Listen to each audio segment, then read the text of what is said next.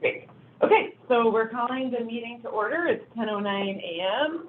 Thank you all for being here. We're going to do introductions in just a minute. Before we get going, I just want to do a land acknowledgement. The folks here in the room are joining today from what is today referred to as downtown Anchorage. It's the ancestral lands of the Dena'ina people, and more specifically, we're here just a little bit off the coast of what's called Takatnu, and right near what's now called Ship Creek. Both of those places were communities, not just places people foraged. They were established places where people lived. And as people came into this community, where our airport is in Point Lorenzo, where Westchester Lagoon is, where what we now call Bootleggers Cove is, where the train depot is, and where J Bear is, all was settled land. So all of the most valuable places, probably in our community, were just taken from the Dena'ina people. And I often just think about if we actually were to make amends for that, just what an enormous effort that would be, and really an enormous amount of wealth that really is owed. So that's what I want to acknowledge today. And I do want to also just be thankful for the fact that I've lived here on these lands my whole life, and I'm raising my own family here, and just commit myself every day to trying to live out the responsibility of that. So thank you for being here with us today. I'm going to start off by introducing Shelley Wade, who I've been thinking about how I can introduce Shelley to you. Shelley's like really she's like my sister, so that's where I would want to start. She's also my business partner, so Agnebeck has 5 equal owners, and Shelley and I are 2 of them. We've worked together for a long time now.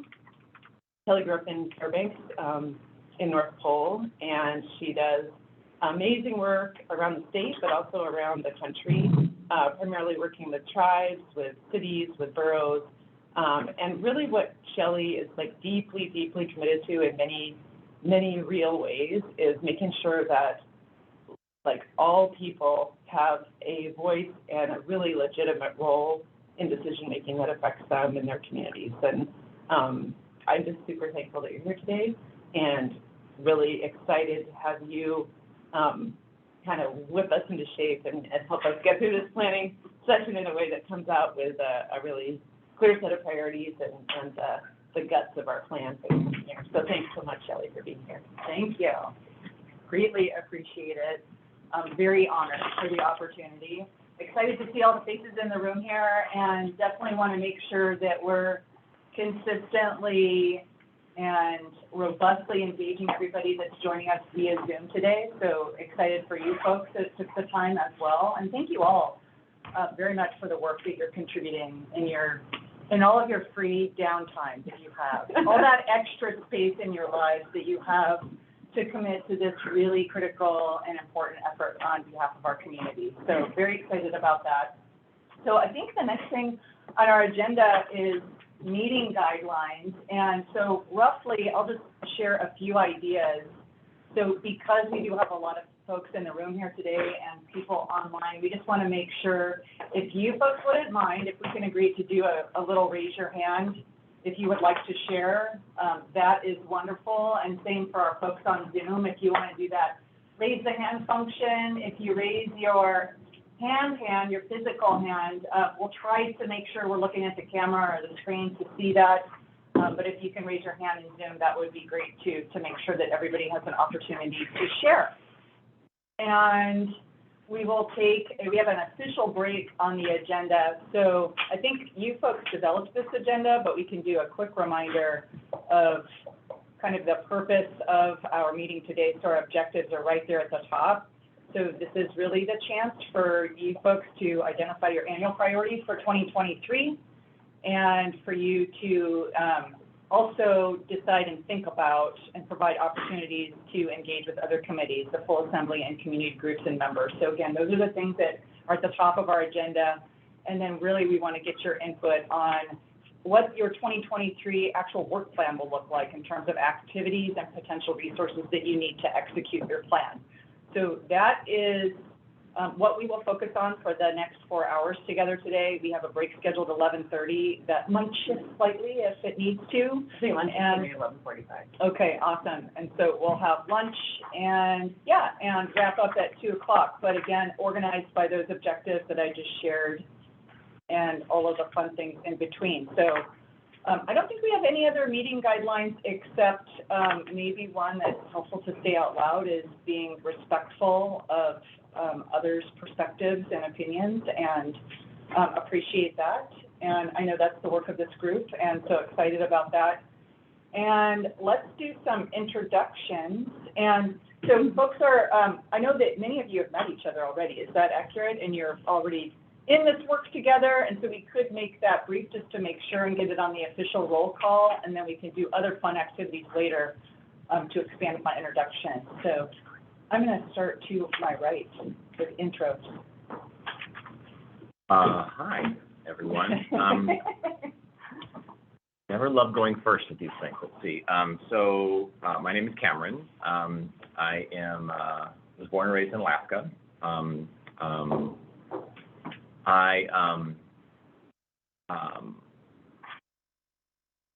I am really excited to be here, and there's lots that I can share, but I know it's just an introduction, so I'll just say that this is work that I'm really committed to, and it's incredibly important to me personally and professionally. I'm originally from Utqiagvik up in Barrow. That's where I grew up. But in the indigenous background is Oglala Lakota from South Dakota, and I have particularly been involved in this work as it relates to tribal communities in Alaska, and looking at the built-in systems that exist and continue to oppress people here in Alaska. And so I am really, really committed to this work and finding ways for this committee to add a lot of value to the assembly, to the city, and so we're looking forward to the conversation today. My name is Joey Sweet. I'm on the assembly filling out the term vacated by Forrest Dunbar. I'm here largely, I guess, to try and learn more, try and sort of determine, keep coming back to be a sponge and just absorb all of the experience that I can within the time allotted to me. What particularly draws me to this is just seeing sort of the injustices built within various systems across the field there is, particularly healthcare. I did a paper during my MPA program at UAA about disparate healthcare outcomes on the basis of income. That was really eye-opening to me. And so I'm really interested in the work that this committee is doing and trying to contribute to it as best I can within the time frame that I have to do so. Just a moment. Yeah.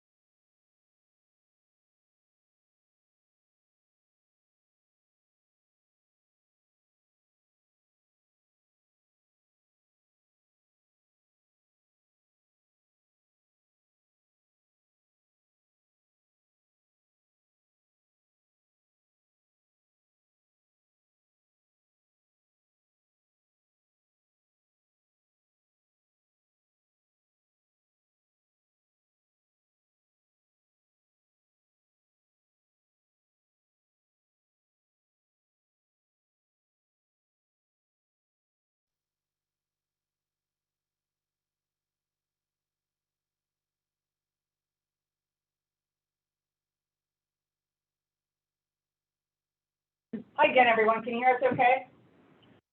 Okay, thank you so much for your patience. So we are just kicking off with a round of introductions, and I think we ended with Joey, and we're continuing around the table. Pastor May. Well, I'm Pastor Bailey. I'm the May. I am affiliated with the Martin Luther King Jr. Foundation of Alaska, the Interdenominational Ministerial Alliance of Anchorage and Vicinity, Pastor River in the Desert, community church meeting out at Wayland. If anybody wants to come to church, 10 a.m. on Sundays. And I simply want to say I'm much appreciative. Our host and hostess and co-chair and facilitator, very proficient in what they do, and I appreciate that. But I do want to say I'm really grateful and thankful for those of you who made this kind of commitment on the Saturday to turn aside, to give your time, and to be a part of this. And I know it's a major commitment to give up 4 hours in the middle of a Saturday on your weekend. And so I want to express my appreciation on behalf of our co-chair as well for all of that. Thank you. Great. Hi, everyone. My name is Felix Rivera. I represent Midtown on the Anchorage Assembly.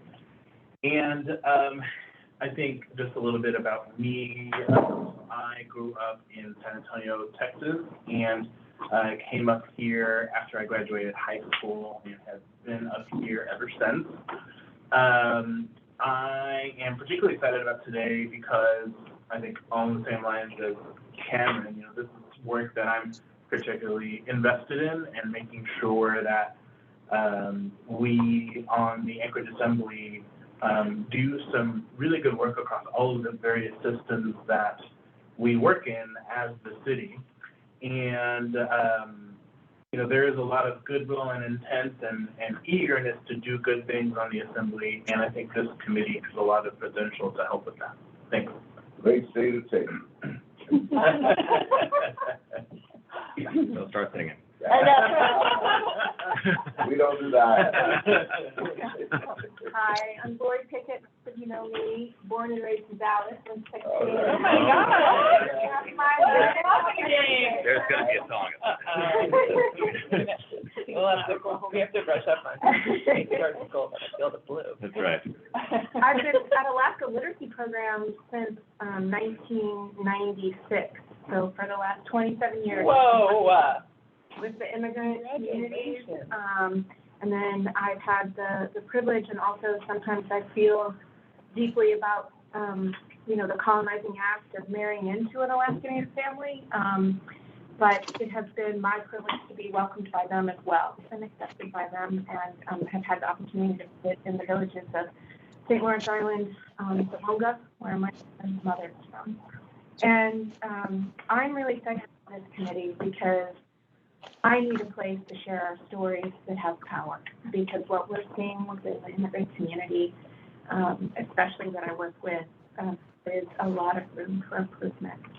And coming from Texas, I had the opportunity to see what deep looks like with and a community where we all live together, we work together, we friend together, we marry together. I think there's a lot of hope here still, even on my worst of days. So thank you for this opportunity, and for donating time, for coming on Saturday, and for always being such a respect to share ideas, even if they come from different places or we have different solutions. Thank you.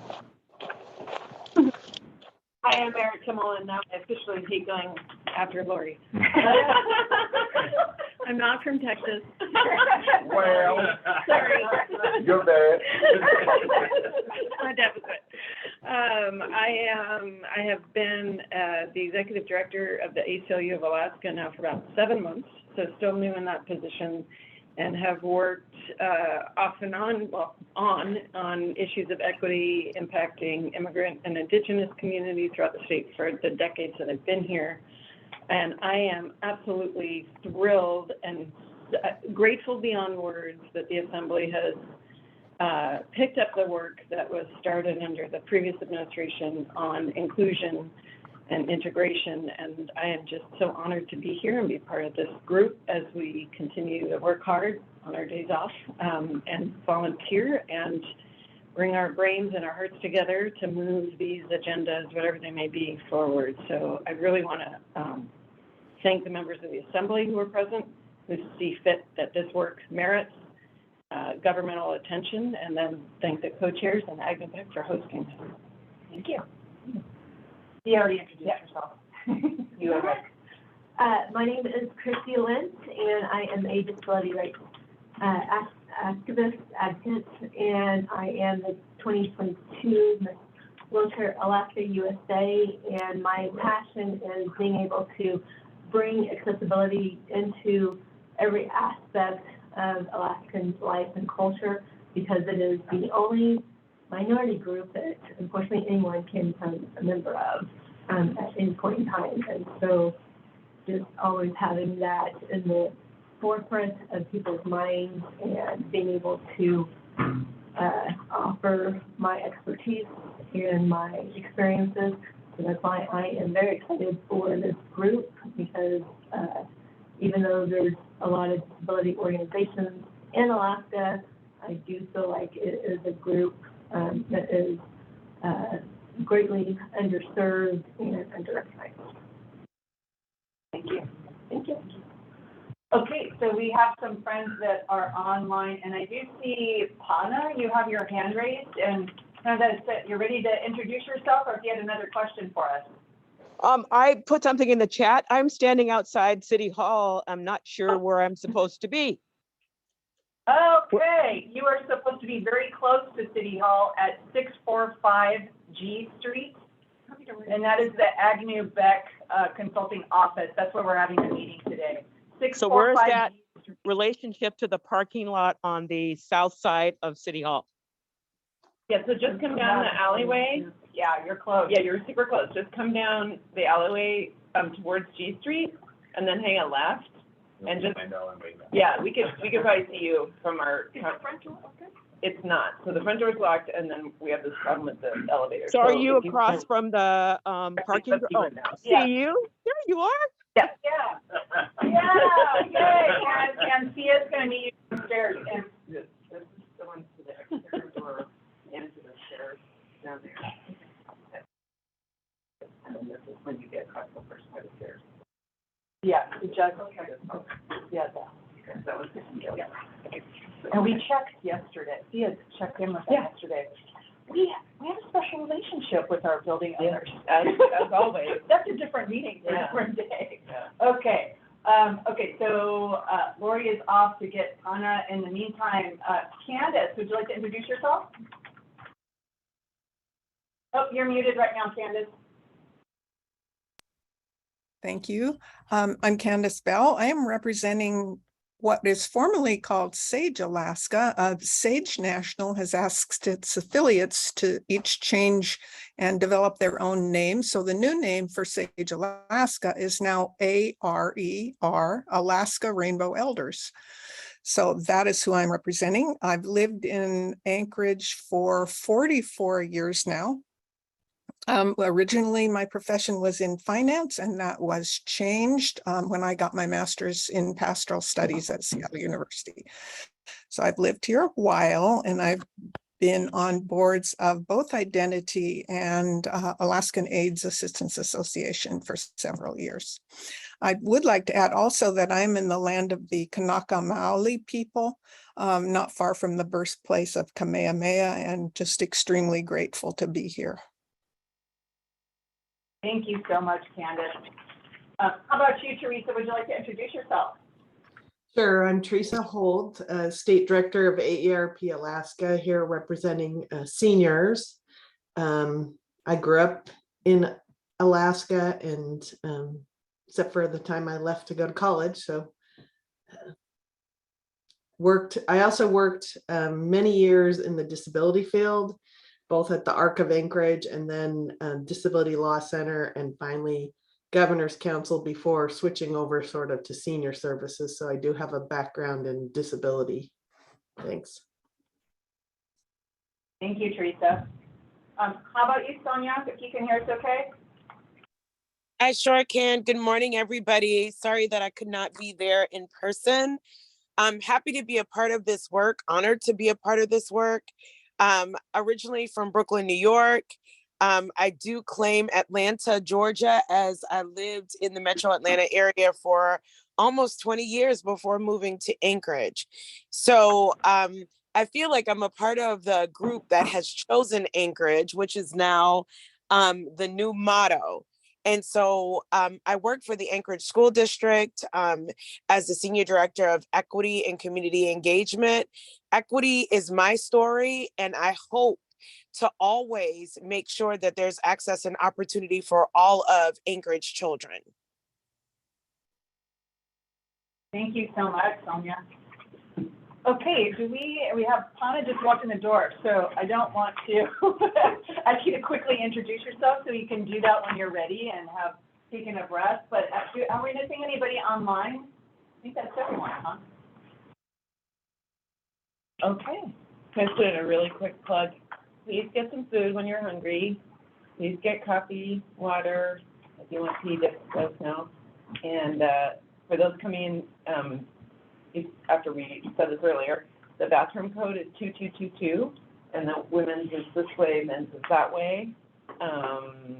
Emergency exit is the elevator, and those stairs at the back. Yeah. Yeah. Or not the other. The elevator. We will be carrying on your chat. We're Luckily, we have people able to do that. Yeah. okay. Sure. Okay, yay, there's much to say. Great. You can just say hi and yeah, go for it. Hello, my name is Panna Lynch-Tarusi. I have lived in Alaska 48 years. I work for the Anchorage School District as a school nurse. This is my 27th year in the district, 22nd year at Robert Service High School. I absolutely adore adolescents because they're not mine. And I am currently a doctoral student with Purdue University, and so this is part of my doctoral journey. So hope to make a change when I'm done. And I already have Purdue too. So another Boilermaker. Yes. And not the drink. And we've got not the drink. We also have a contingent of Texans here today as well. Just so you're on your guard. Just so you know, I'm from Oklahoma, so your rival is all the way. Oh boy! Wow. Oh boy! Must be allowed. I know. Yeah. It's Oh, big. great Yeah, energy. showing out. Excellent. Yeah. Okay, I am cheating by looking at the next item on our agenda, which we had identified as a reminder of the committee purpose and scope of work. Yep, I think that's really quickly. Yeah, just a brief summary, because folks have that as part of their material. Okay, great. Yep, yeah, so we worked on this charter together for like the first half of 2022, so I think we've all kind of looked at it and discussed it a lot. Just to remind us about what we put in here about our purpose, I'm not going to read all of it, but basically we want to advance equitable outcomes by advising the Anchorage Assembly in all its functions. We want to empower equity leaders to advise the Assembly, and we want to intentionally engage people with lived experience of inequities when advising the Anchorage Assembly, so that we make sure that the needs and priorities of those communities are centered in that work. And then we also just want to provide a safe and respectful forum for equity leaders to share priorities, resources, and solutions with each other and the Assembly. And we're interested in both immediate issues and then also, of course, longstanding structural issues.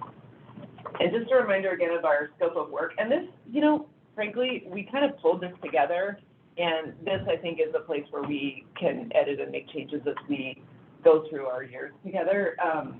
So this is like a beginning of what might be our scope of work.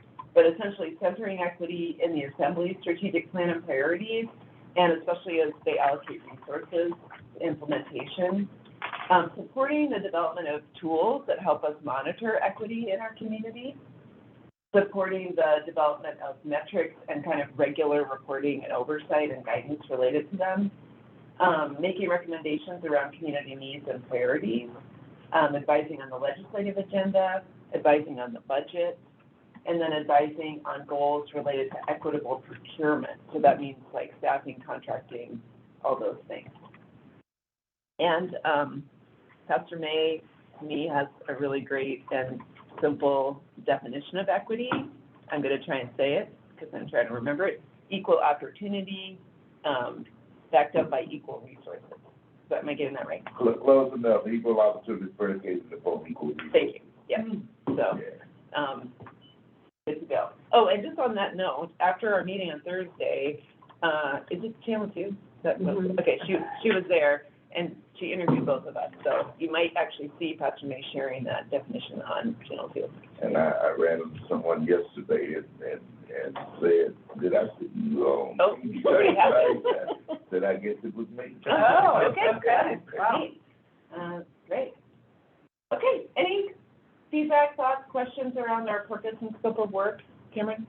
Yeah, just that sometimes we use a lot of words, and I want to just sort of, from my perspective, just sort of really tightly hone in on purpose and see if this lands correctly for people in the room. The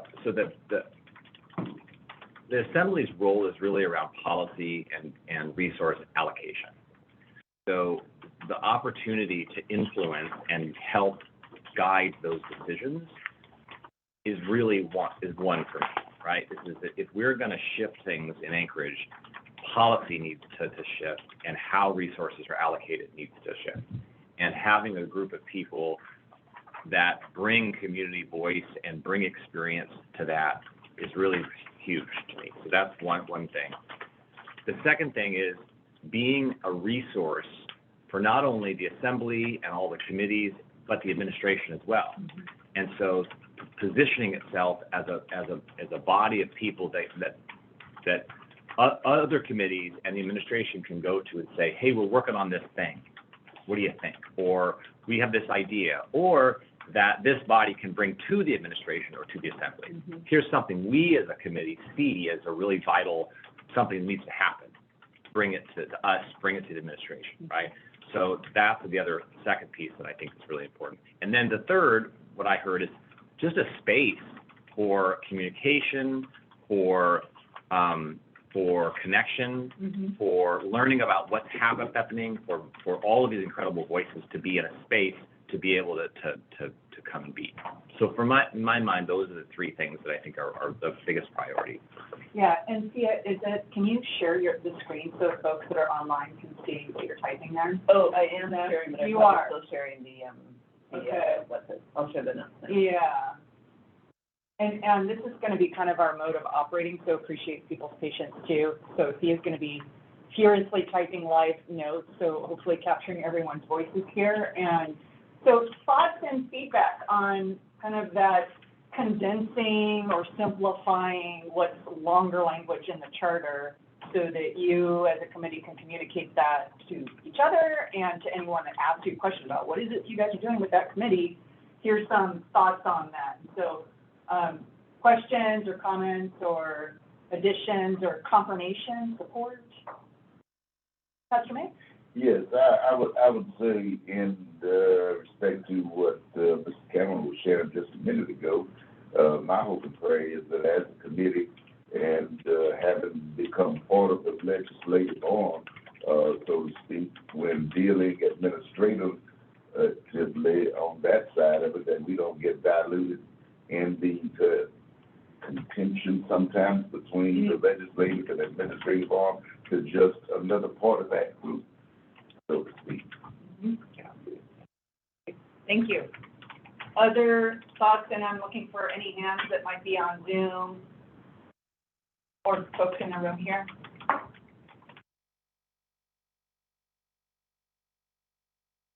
Okay, maybe hearing none or seeing none online, that this simplification of what's that deeper language or more deeper language in the charter is resonating with folks. I just want to bring, I'm sorry, go ahead. I just wanted to add to Cameron, number 4. Yeah. Voices to be heard. Because that was critical in those of us who were on the previous committee where our voices were heard. We were listened to. Yeah. And thank you for adding that, because I think as folks were introducing themselves earlier, that was definitely a common theme among what you were sharing. I just really like what Lori said when she introduced herself, a place to share stories that has power. Yeah. I just want to acknowledge that with the setup you have now, it's difficult to see the chat. So I don't know if there's a way that we can open that. Oh, Sunny says yes. Sonia says yes. And what I might do, Tia, if you can, is the Zoom link, because I can also do a quick pull up the Zoom from here and join on my laptop. Let me just ask you. Yeah. Thanks, Felix. Yeah. I appreciate you guys that are so technological. Thank you.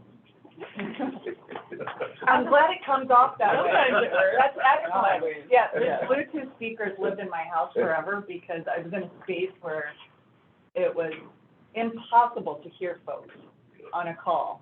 So we did that, and it's a miracle. For providing you guys covered. Yeah. Okay, hold tight, folks. I'm just doing a quick join for the Zoom here to make sure that I'm able to see all the good stuff that's happening. Did you get it? I do have that. Thank you. And I'll join right Oh, now. I didn't. Please. Yeah. And we should be able to monitor the Zoom chat Wait, here. it was still recording. Yeah, still recording. What's happening? When we lost our audio, we did not lose the ability. Okay. So if you can let me in the door.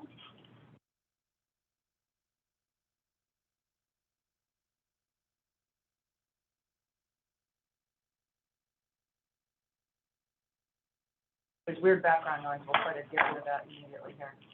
Muting everything, but you know how that doesn't always work? Mm-hmm. Okay. I would just like to say, I really like what Cameron said a few minutes ago in regards to our group being, a group that other committees or individuals can come to get feedback or to make sure that whatever projects they're working on, that equity piece is also being met. Because I can just tell you, as someone with a disability, you never want to implement something without the input of everyone that might be affected. So whether that be the disability component, you know, the African American component, LGBTQ,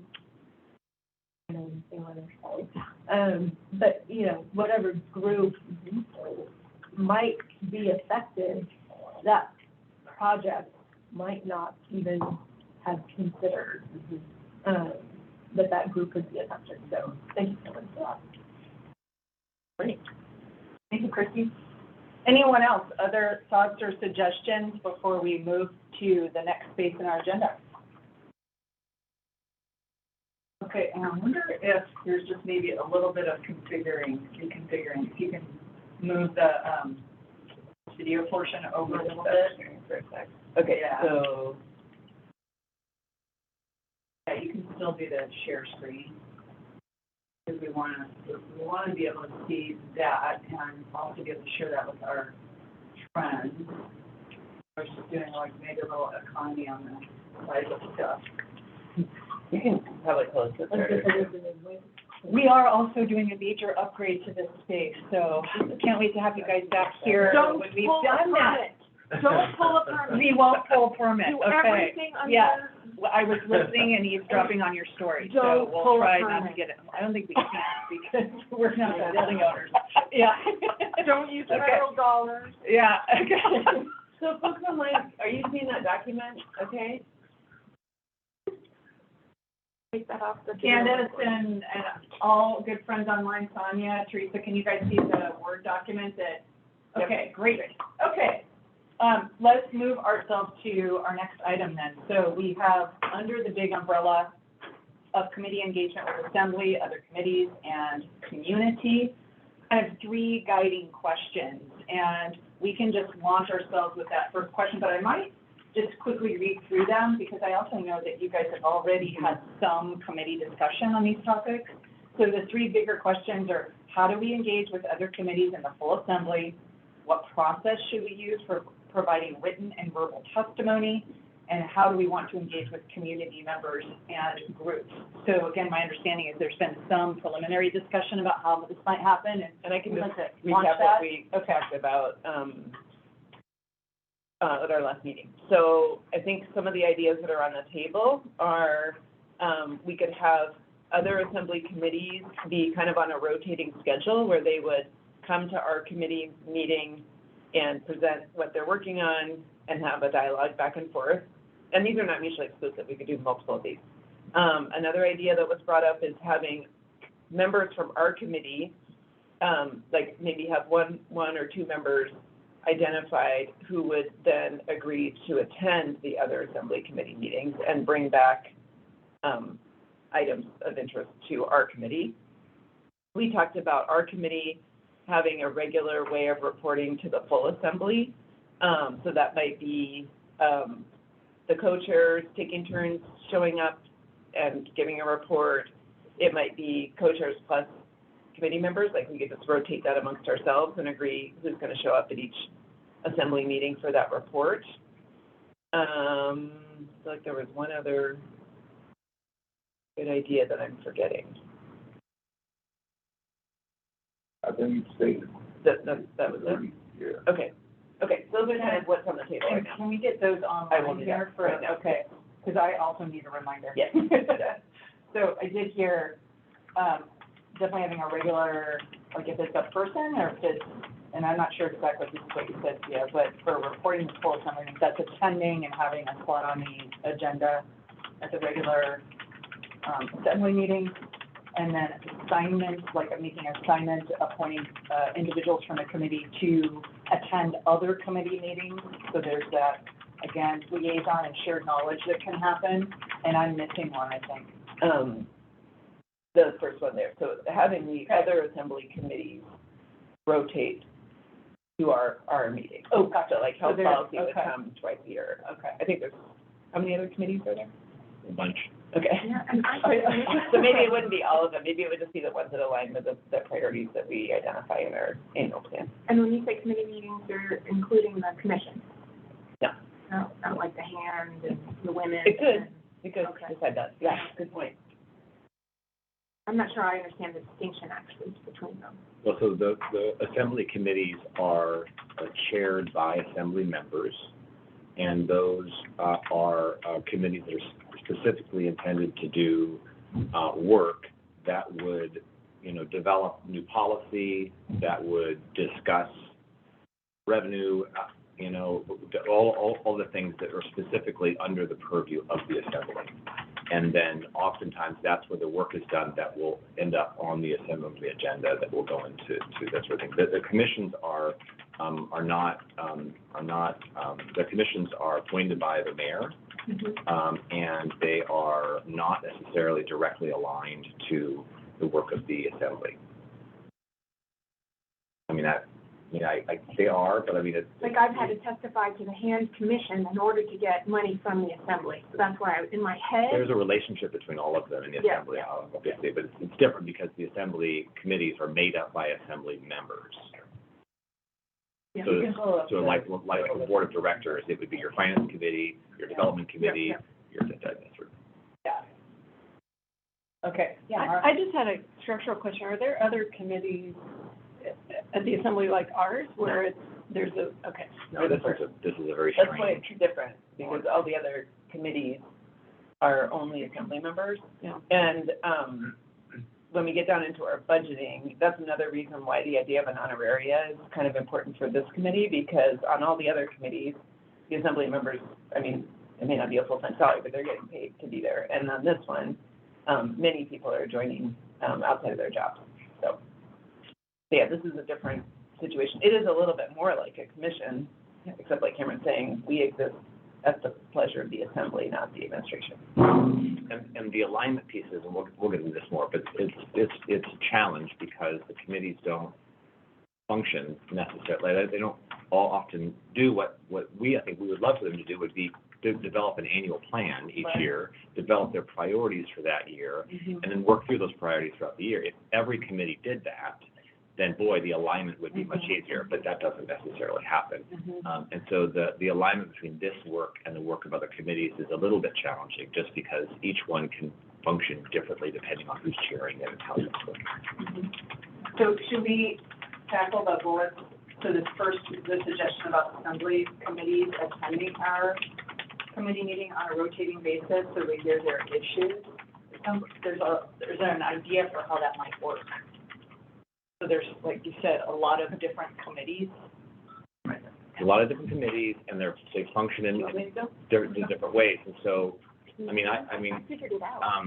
so the committees can be very reactive, right? So something that's happening that week, that month, it's brought to committee as a way to bring the administration, bring people who are working on that particular issue together and to talk about it and to work on it. So it can be very much what's happening in the moment, in the days, that sort of thing. It could be something is brought before the assembly to be thought about, to be sent to committee to work on. So yeah, it is challenging to think about this alignment piece, just because if the committee is working on a project that they're thinking about, right, that's over the course of a few months, and if they realize that thinking about the equity lens of that would be important, and if they would, right? And so it's a little bit of a cart and horse. And I think to add a little bit of complexity, because that's the way government works, is not everything gets discussed in committee, right? I hope people realize that. There are things that assembly members will work on for a year and a half that doesn't even get discussed in any committee, and it'll be brought before the assembly just talk, right? So it's, I think, a difficult system to maneuver if you're not in the system.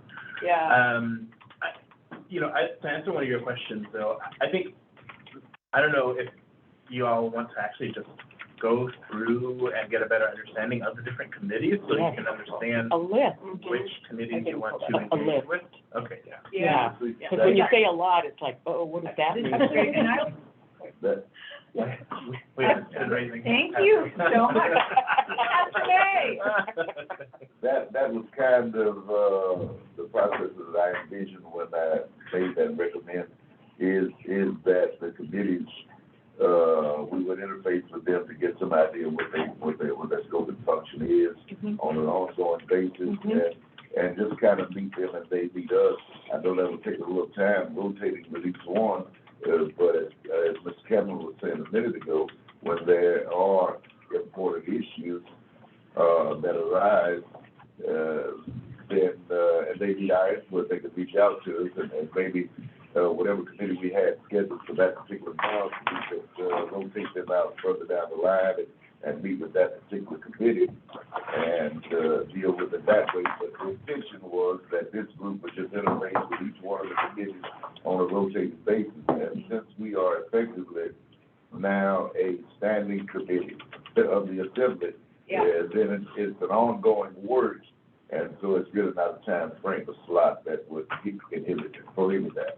Yeah, great. Okay, great. And so I see another hand. Go ahead, Joyce. I pulled up the official page for the UV.org website, and there are a total of 15 regular standing assembly committees. Wow, and Felix was going to give us, it looks like, and Teresa just weighed in and said, I would like to hear about the committees. So let's do that, and because in my brain, I have like a mini proposal, but maybe it won't make sense once you roll out these 15 committees. Okay, so I see a couple of hands first. Yes, Cameron? So maybe a framing of lots of work, lots of complexity in these committees, lots of learning that can happen about what they're doing, the interactions, that sort of thing. There's a learning component, right? Them learning about us learning about them, that sort of thing. And then I think there's the other desire to have some work that this committee would do. Like, what are the one or two or three things that we'd work on, so that there's some action, there's some progress, and while this learning is going on. So just want to frame it in that way, and so we can do maybe the learning part first, and then talk about the action part. Great, yeah. I just want to remind us that at the end of today, or during this meeting today, we're hopefully gonna narrow down our priorities to, the topics that we're most interested in. And so out of this big old list, which I'm gonna pull up now, we could perhaps identify the committees that were of most interest to us based on the topics that we choose for the year. Yeah. Who wants to Okay. walk us through this? Or, sorry. Yeah. Feel it. We ready? Okay, Yes. great. I feel like I'm excited to do this, let's do it. All right, I'm gonna try to do this quick. So, Okay. First committee is the AMAP Policy Committee. So that committee largely deals with transportation issues, basically coordinating, federal funding that we get. It's a city and state, committee, so there are representatives from the city and representatives from the state who are voting members of this committee. It's largely not really an assembly committee, but it's listed on here because the assembly has 2 spots on the committee. There's a committee on here that was newly created, so it's the Transportation Committee. It's not going to be on this list. So that committee is going to be all assembly members and focused on transportation issues, not just sort of the federal funding that we get annually, which is roughly $30 million that AMAP deals with, but dealing with all of the broader transportation issues that we have. Then the Budget and Finance Committee, I think, is fairly self-explanatory. That one deals with all of the various budget and finance issues. So office management, budget reports there, the treasurer reports there, what money is coming in, what money is going out, how are we doing on a month-by-month basis. All of those type of financial reports get done there.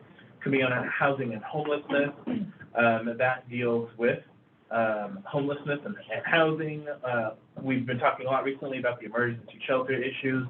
We're also trying to start talking a little bit more about housing from a very narrow perspective, not the full spectrum of housing, but really that spectrum of housing that deals with affordable housing, workforce housing, permanent supportive housing, transitional housing, rapid rehousing, those kinds of things. Community and Economic Development Committee. So that committee largely deals with Title 21 and Title 23 issues. So that is our land use issues and our building code issues. They sometimes deal a lot with, yeah, your favorite committee, Lori.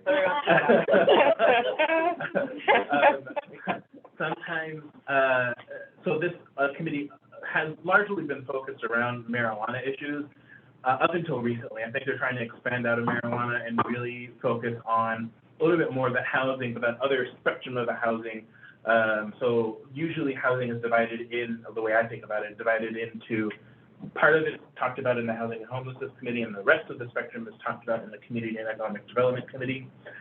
Enterprise and Utility Oversight Committee, so that is a committee that deals with managing the assembly enterprises and utilities, so think about the Port of Alaska, AWU, SWS.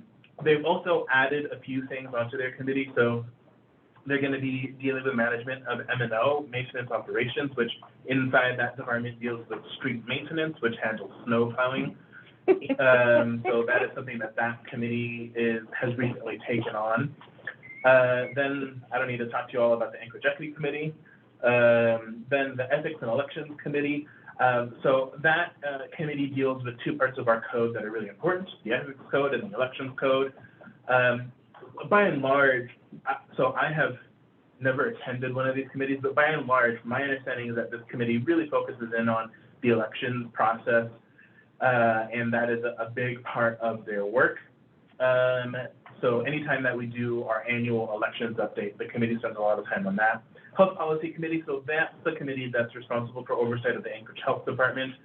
And so they have been doing a lot of focus on that department recently. They also have a little bit of broader view, anything that they think is health policy related. So they actually had a briefing not that long ago about snow plowing and the intersection of snow plowing and public health. So that is something that is a lot of the work that committee does. Legislative Committee deals with Juneau, so how do we interact with Juneau? How do we lobby in Juneau? The Municipal Audit Committee deals with the Internal Audit Department. So the Internal Audit Department has an annual plan of audits that they do every year. I think I spoke a little bit about it at the last committee meeting. Most of their audits are more like are we following our PMPs, our policies and procedures? Are we following our municipal code in terms of procurement or any other parts of municipal code? So that is a lot of the audits that are talked about in this committee. This committee also deals with oversight of the ACFR, which is the Annual Comprehensive Financial Review. That is the citywide audit that's done every year. Personnel Committee, that one is a committee that deals with assembly personnel issues, so that's never a public committee.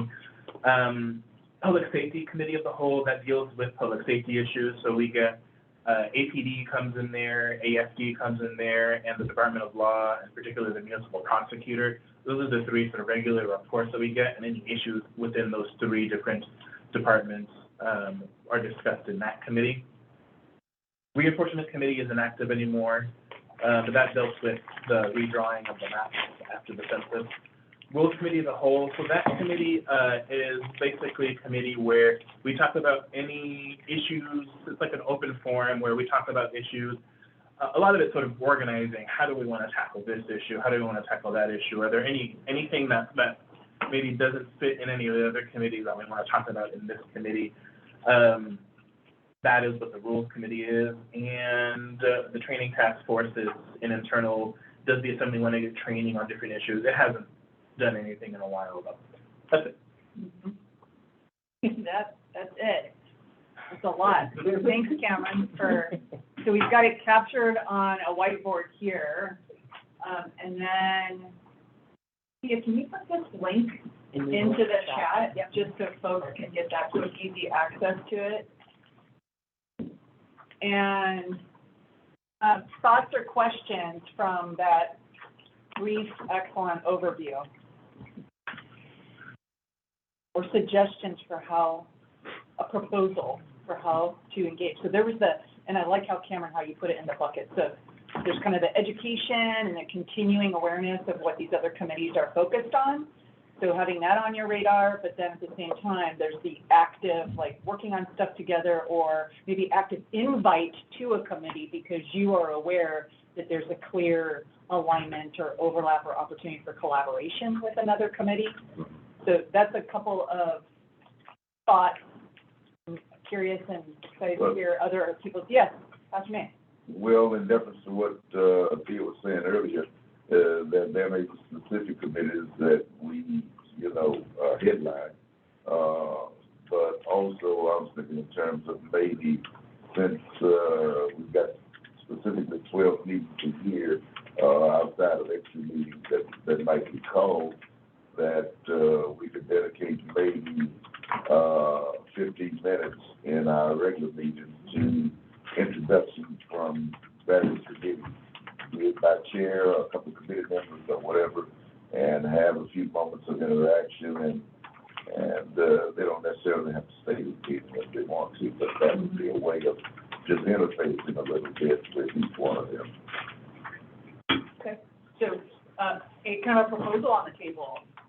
Like maybe a slice of the agenda is dedicated through this rotation of, I counted 11, am I missing a number? No, yeah. Yeah, I didn't, the ones that were either not functioning or really irrelevant. I mean, Rules Committee is really just a it's not a committee like these are committees. Yeah. It's really just a space for us to work on our internal work, but also share like work we're doing as individuals, or, so that's not necessarily, but the Rules Committee is a potential place to come where it's sort of assembly-wide, right? Mm-hmm, mm-hmm. So when we were first working on the development of this committee, that's where we went to talk about this committee, because that was the only space, other than a full formal assembly meeting, that the full assembly would be there, and we would be talking about that sort of thing. So when Felix and I were first working on the origin of this, we would come and say, we're working on this equity committee thing, right? So that's the only reason. And I noticed in the description, that's where you do the strategic planning. Yeah. So I don't know if it's the same kind of relationship as these, but so. Okay. Think about. Mara? I was just I don't know if this is the appropriate place in the agenda, but moving down in terms of the substance, one of the things I was gonna propose is looking at figuring out how to apply an equity lens and what metrics and measures might be, and it feels like that would be the appropriate committee for that. Sure. So I just wanted to add that to the Yeah. agenda. Yeah, great. Okay, and then Teresa, I just saw your comment. I'm thinking housing and homelessness, health policy, budget, all would relate to what this group does. Is that, Teresa? And I'm probably butchering what you're trying to communicate there. Is that what you were thinking? Or there might be alignment? Yes. Okay. When you shared that there isn't really a plan where we know sort of what the hot topics for the upcoming year for each one of these committees are. Right. So they can depend on who's chairing it, depend on the year, depend on a variety of things. And even if the committee chairs say, okay, we're going to sit down and we're going to develop a plan for this year, develop 3 priorities that we're going to work on over the course of the year, all of a sudden something happens and that gets pushed aside and start working on whatever is going on at that point. But I will say that that's something that some committees are doing, and there's an easier to align there. And I'll just give one example, and it's one of my hopes, right? One of my hopes, I chair public safety, and it has been primarily just a report out, space. I'd really like to work on a sort of a 5-year, plan for the city on redefining what safety is and what public safety is, and thinking about a vision for making, Anchorage the safest city of the world, safest city, that sort of thing, but also redefining what we mean by that. Yeah. And then trying to align the strategic planning of the police and the fire and the Department of Law to that, and health department and that sort of thing. So that would allow a really wonderful space for this committee to get in, to help to advise that. Because I think that's partly what we're talking about, redefine what public safety is.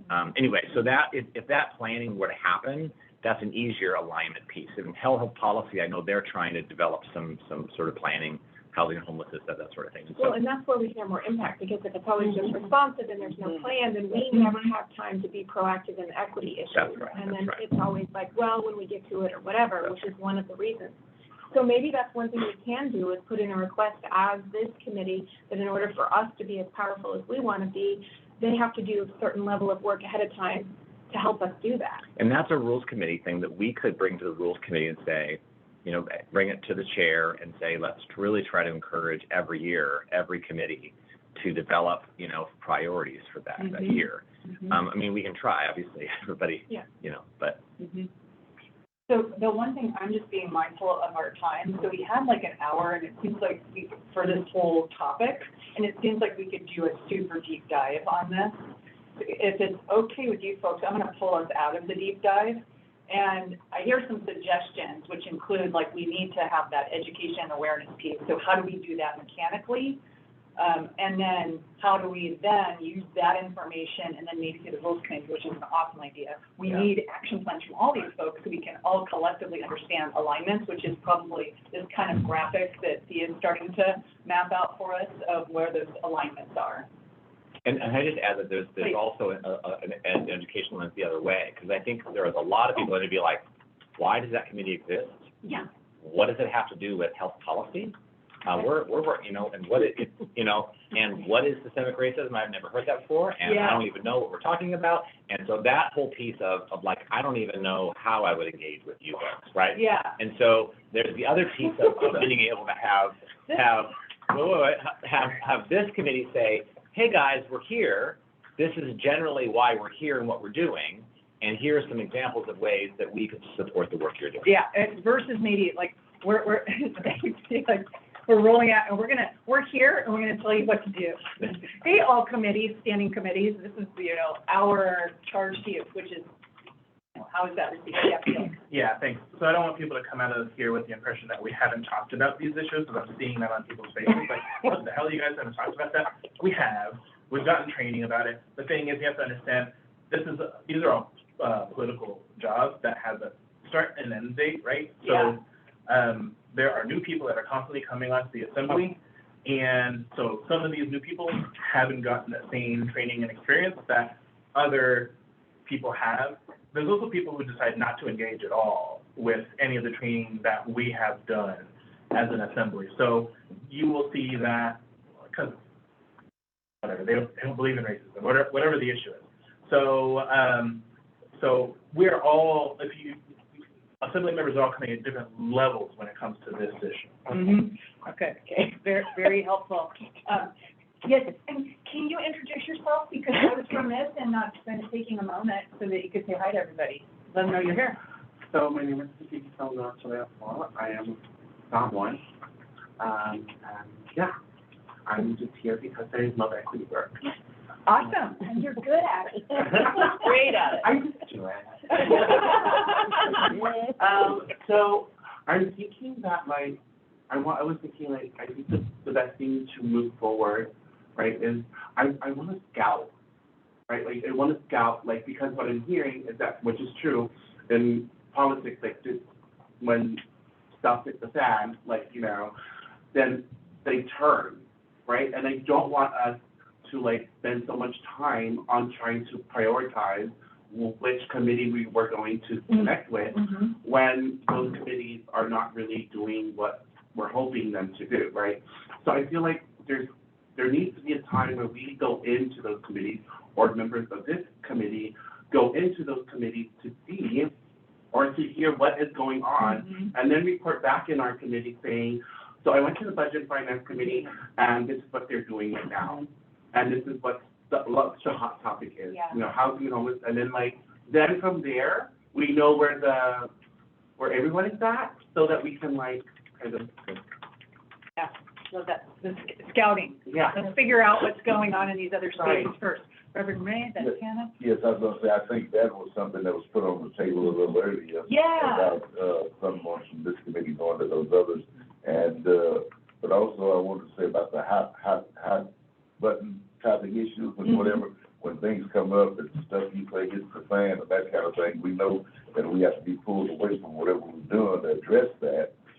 But I have thought about these other committees and our interfacing with these other committees, and that they do need to be educated a little bit about what we do, because they would think and see us as, oh, okay, this is a fight. We're doing something not right, wrong, and all of that, and they're coming to tell us, you know, how bad we are. And so, yeah. And it looks like, Thea, but Hannah at first, and I know that, you've got those things folded, so there's reason for that, but yeah. Are these committees open to the public? So even without being in this room, the general public can go sit in a corner and just listen to see the process. Did not know that. That's disturbing that I did not know that. Because it's a really great point, yeah. Yes, because I look at elected officials as, oh, I will hold you accountable for what you said during your campaign, and let's see how it plays out in these committees. So just as a person, so I would not be a threat just going and staying too public. No. And learning and listening and then bringing back. I don't know how much you would not be at risk, but. When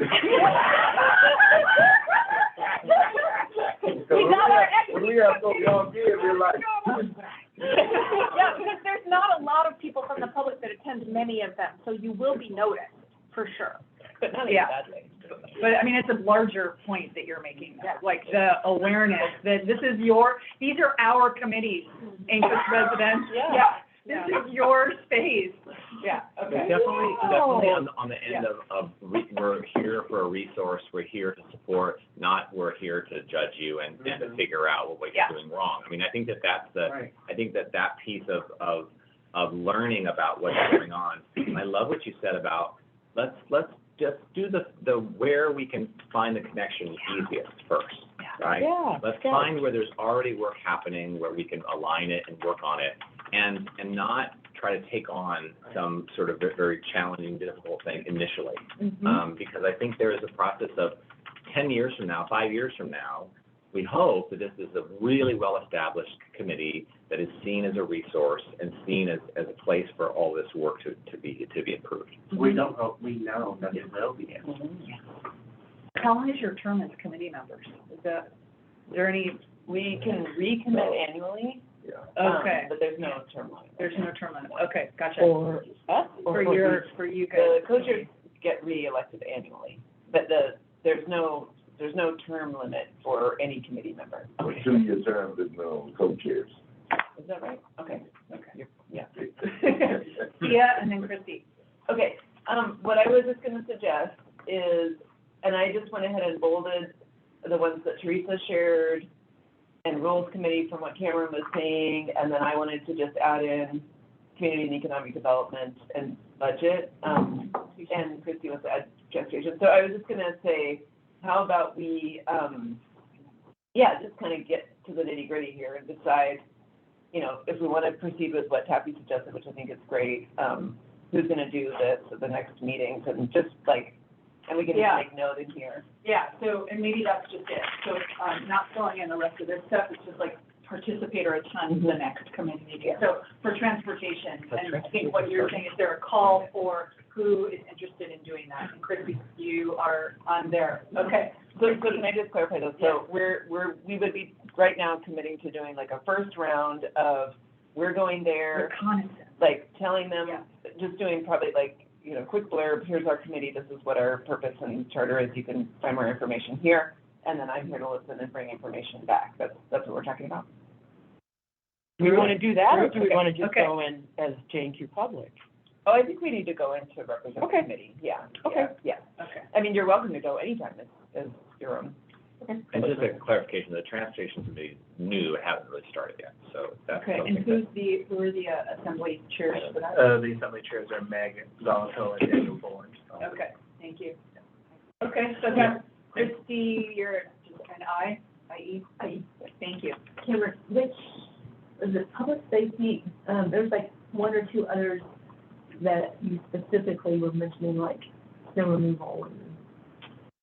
So the snow removal was added recently to the conversation about enterprise and oversight, right? That was a recent, that's not typically what they're talking about there.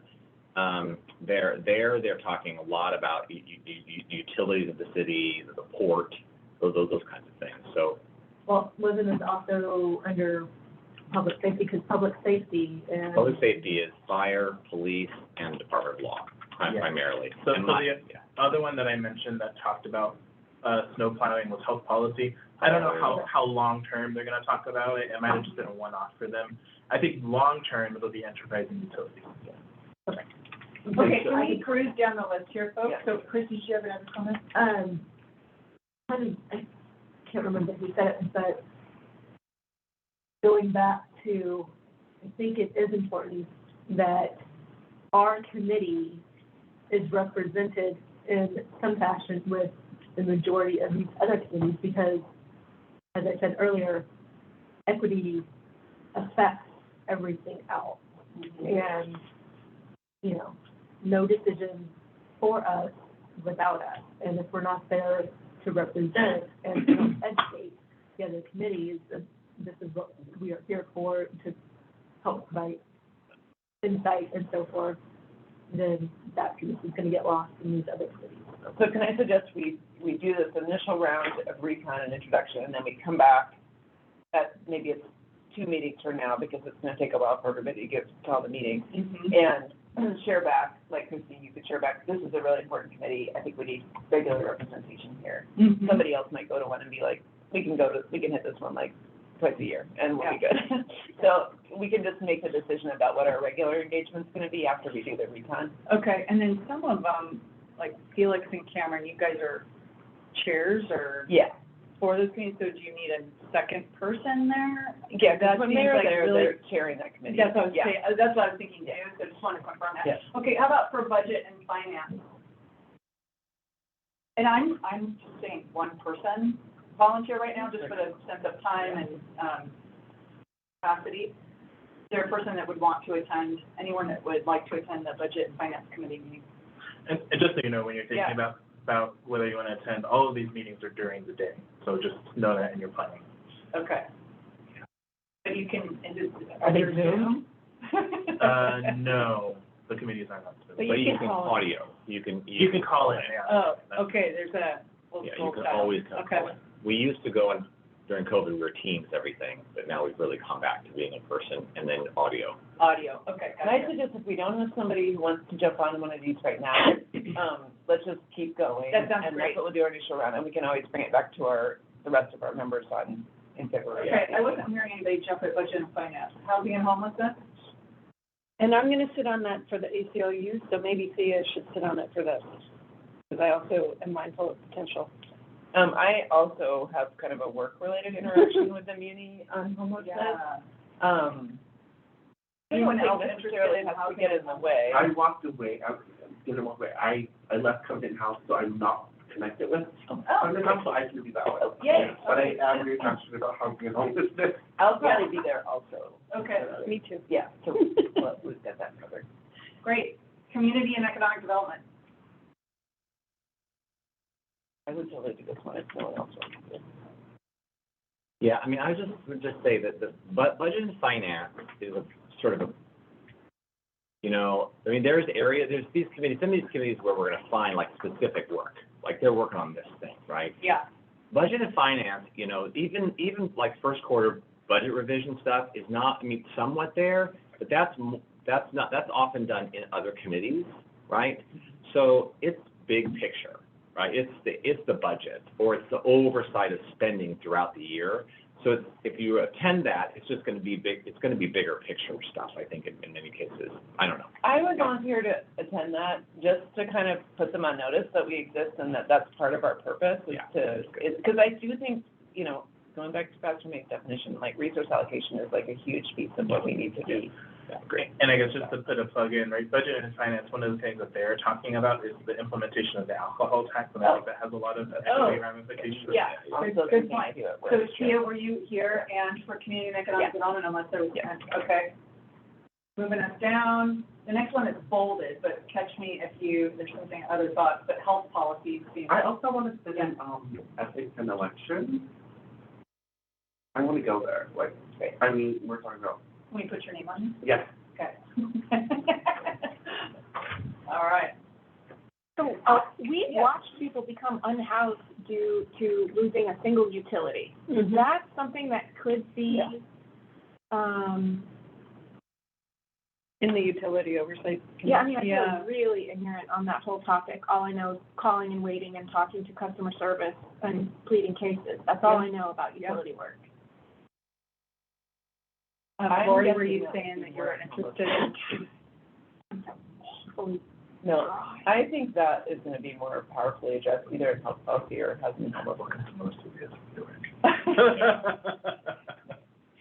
No. You think that it will be more addressed there? Because I think the utilities, when I talk with people in the utilities, they are completely unaware of the impact they have directly on families. That's been my Right, but experience. I'll sit in one. I'll see how it goes and see if it's worth Yeah, it. it's probably a good thing to do that, because I think the scope of what that committee talks about may not be what you're hoping that they're talking about. Yeah, but also the port people, the port is overlooked for how important that is in regards to food security, you know, because the, That, they definitely talk about that. really. Okay, health policy. Kristen has a lot, I saw Like Jen, that. Christie, And we can do Hannah. more than one person. Yeah, Christie and Hannah, great. And I would say Celeste is probably going to be interested in that one as well, but, She'll be here pretty soon. okay. Not to volunteer her anything, but. But we'll share all of these with anybody that's not participating today and make sure that. Oh, somebody might be interested Kind in of that. plan, yeah. I also kind of go to that one anyway. Right. Public safety. Mara and Christie. Anybody online, and guys, I'm watching hands online just in case we've not captured you, please let me know or throw it in the chat. And Christie. Pastor May. Ma'am, How about, personally, I would, need some idea of when these committees meet. Yeah, that's gonna be a factor and. Yeah, I wouldn't want to just put my name out there, don't know when. but maybe, how about Pastor May, what if you and I both went to the rules committee and maybe we could get Felix and Cameron to kind of set it up and actually get on the agenda? Would that be okay? And figure out the timing for that? We can make this, Tim. Okay.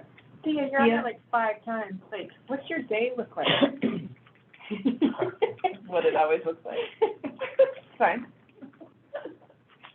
and I'm not gonna do an intervention. Yeah, 'cause, Yeah, guess who? guess who else may have that character? Okay, Dr. May and Thea, great. Is there anything else hiding underneath there? I'll take myself off Another- here and make you guys know. What else is? Oh, sorry, I think that was it. You do it. That was it, okay. Just one more call, anyone? If you want to scroll from the top down, and then I think we have 2 other guiding questions related to this topic, and so we should check in on those if we need to address those and how we want to address those before we close this whole bucket of questions. So cruising down the line. Cameron, since you were saying that no removal issues would actually be more under enterprise and utility? Yeah, that's where they would be.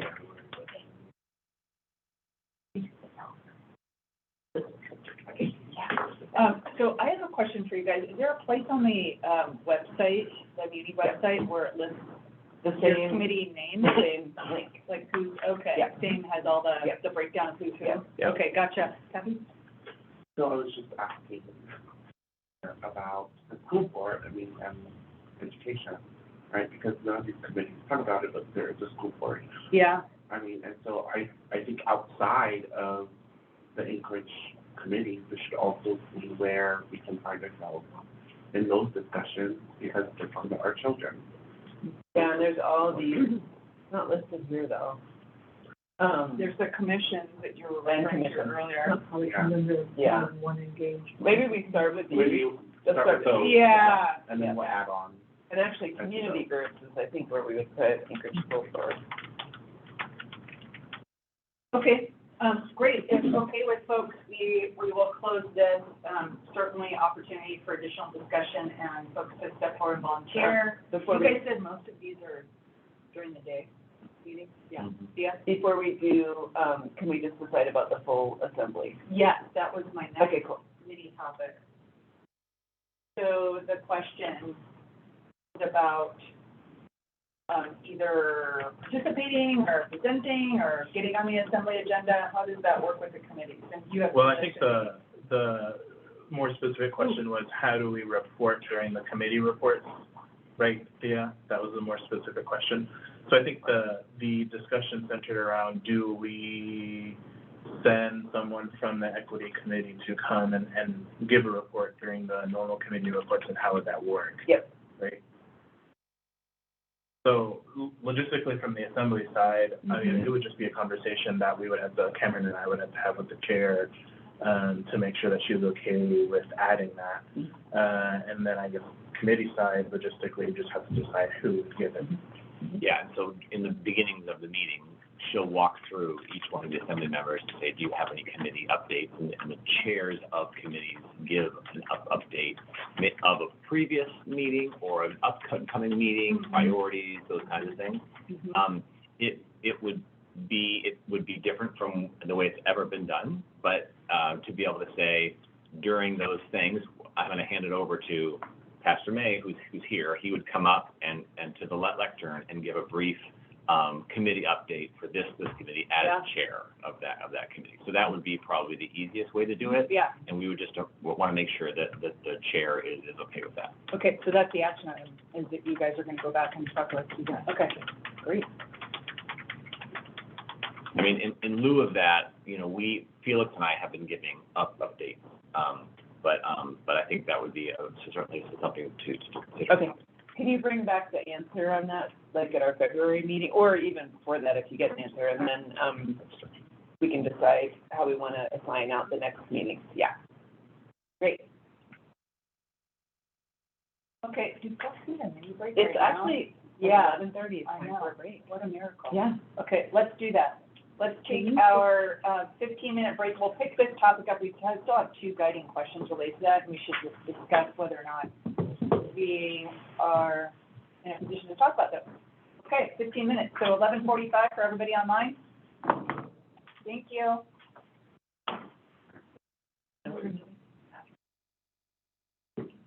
Yeah, password is 2222, yeah. Could you just put the, assembly committee, so I could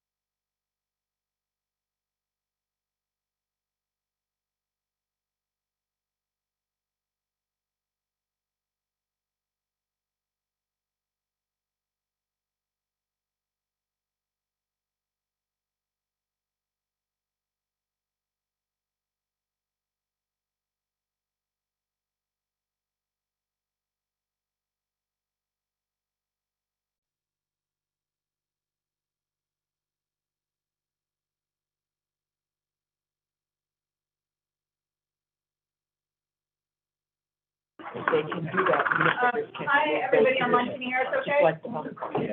Because I was part of all of that. Okay, great. Not the firing, just. All right. Did the recording start again? Yeah, recording has started again, and we are ready to roll. So hopefully everybody had a nice mini break. So the next two guiding questions on our agenda. First, Cameron texted with the Assembly Chair, Suzanne, and she confirmed that it's okay to do the process that way in terms of like when we get to like, do you have a commit or Right, assembly members? So Go ahead. what'll happen is that she'll say, okay, committee or assembly committee updates. She'll start at one end. We'll go through it, and either Felix or myself, when it gets to us, we'll say, I'd like to hand it over to one of the co-chairs of the equity committee. They'll walk up to the microphone and they're very brief. So I mean, a couple of minutes, 2 or 3 minutes max, to just say, here's what's going on. Here's what we did at our last meeting. Here's what maybe what's coming at our next meeting, or here's what we did at our strategic planning session, whatever. And so that I think will be a good way to do it. Okay, excellent. Any questions about that before we move on? Okay, so the next two guiding questions, see if you want to pull that guy up for us. We are potentially proposing to table these for future dialogue. So the one bullet is about, and I got clarification from Thea on this because I was misunderstanding, that what process should we use for providing written and verbal testimony to the assembly? So on behalf of the committee to the assembly was really the question, and which is different than the regular reports. So this would be potentially on a topic or an issue, or here's our proposal, or whatever that is. And Thea, you were saying maybe what we're proposing here is tabling this for future discussions after we've had the opportunity to confirm the work that you're doing, confirm the work that other committees are doing, and have some alignment and moving to a specific topic. Is that okay with folks to table that today? So that one, okay, seeing some, yes. Yeah, well, I have a specific question relative to that. Okay, please. And that is this, when we speak about providing written and verbal testimony as it relates to the assembly, yeah, they have a process for that, for written and verbal. And so this, in my mind, would be related to a topic that's being dealt with by the assembly that we wanted to address. Great. Yeah, so if there's... Am I, Felix, Ms. Sweet? Yeah, so I think what we were talking about was outside of the normal public process, what other sort of processes can we either piggyback on or create? Because a lot of this, let's just be honest, is like creating new processes because this is a new committee, and I have had lots of discussions with attorneys about this kind of stuff. So, so what new processes? But I think what's helpful, though, before we get to the process is what do we want to like highlight and focus on, and what do we want to get out of it, so that way we can build a process that's based off of your priorities. Yeah, so you can kind of go, here's our priorities, those are our criteria for guiding whether or not we need to engage with the assembly on this thing.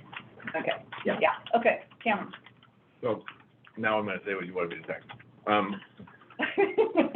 You're like, you should probably say that for the whole group, but I think it's relevant to this conversation specifically, because I think there's and Felix and I have had conversations about this as well, is that the current situation we find ourselves in this city right now is different than at least I've ever seen. Mm-hmm.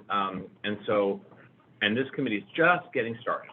And so how we move forward, I think, is something, two things. One, not being overly reactive to the situation we're in and building things just because of where we are, thinking long-term and making sure we're doing it so that it's the next administration, but also not ignoring the current situation we're in.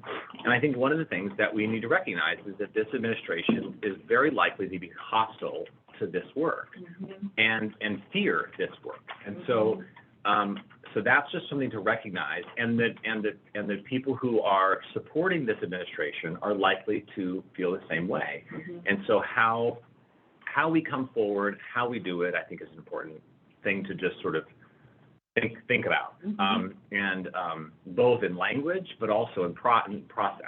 Where does this committee come forward? How do they come forward? And we talked about before, just beginning from a place of resources, learning, support, as opposed to, catching you doing something wrong and judging the things you're already doing. That, I think that's something to be thoughtful about as sort of moving forward. So. That's great. And thanks, Karen. Did you want to add anything to that? No, it was awesome, because equity for this committee, to me, is very different than equity and compliance or EEOC. The energy here is completely different, that there's no malice of forethought. This is reaching across the table and saying, hey, let's figure stuff out. And it just struck me when he said, even that's not going to be liked. Yeah. Great. That's my That's the reality. And that's what I was alluding to earlier about crossing those lines.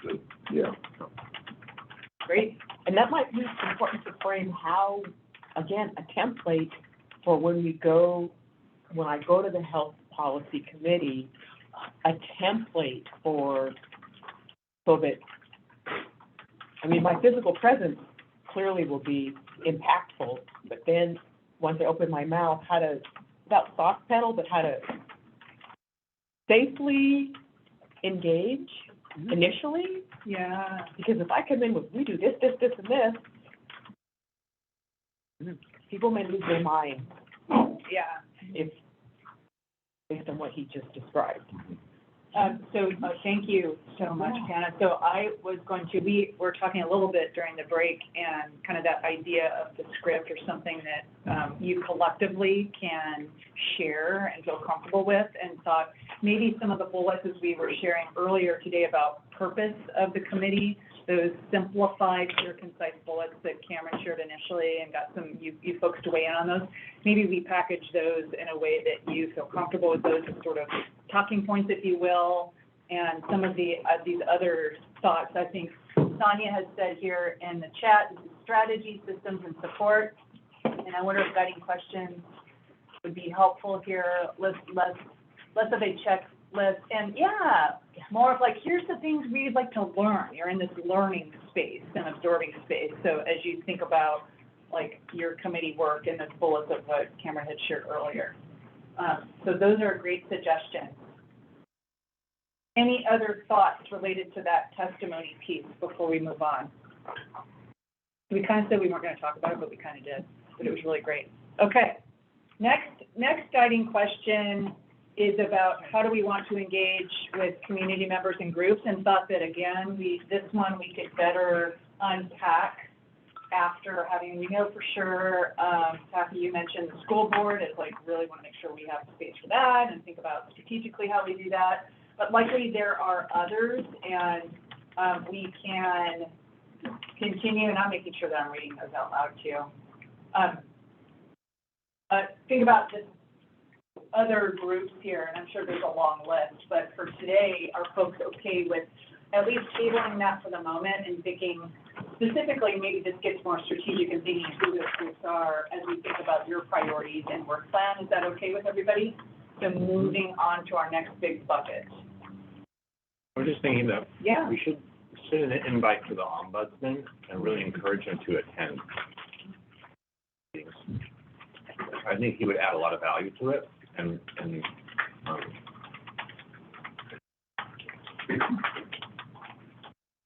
I can get them to just do that. Him or someone from his office, but I think it would be nice to have some representation here. Great. Both from a community perspective and an internal. Okay, so with your permission, everyone, I'm going to close out that topic and take us down to 2023 priorities and annual plan. And I know there's already been some initial discussion. So Thea, or maybe someone else, or Pastor may want to introduce kind of what you guys have already discussed. And I think the idea here is that ultimately selecting and prioritizing 3 primary topics so that you can then do the deep dive into action planning related to 2023 needs and activities. So I'll start there. Do you want to introduce the topics and how, or anybody else? Pastor May? Excuse my chewing, but it's pretty much self-explanatory. Yeah. I think in 2022, we had as an emphasis the crisis now implementation that was supposed to be our 22 emphasis for a while, for a season. And then these others, well, some of them were recommended in-house, and one of them came, so to speak, out of house, relative to hate speech and making something a testimony, welcome and for all. That was one that was kind of brought to us.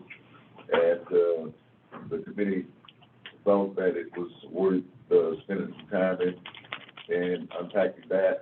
And just a matter of these others, as it states, choosing about 3 of them to focus on for the year. And so we just need to choose which ones. Okay, great. I see a couple of hands, Lori and then Taffy, and then Mara, did you have your hand up first? Yeah. Okay. I wanted to throw out there language access as it impacts every single one. And as we heard, they're doing the first internal audit on language access. So I think it's a hot topic, and it is one I think this committee can have very strong impact on, at least the population that I'm here because I work so deeply with. Okay, thanks, Lori, and I just want to make sure Thea gets that in the notes under others. Yeah, one additional topic. Kathy. I was thinking, right?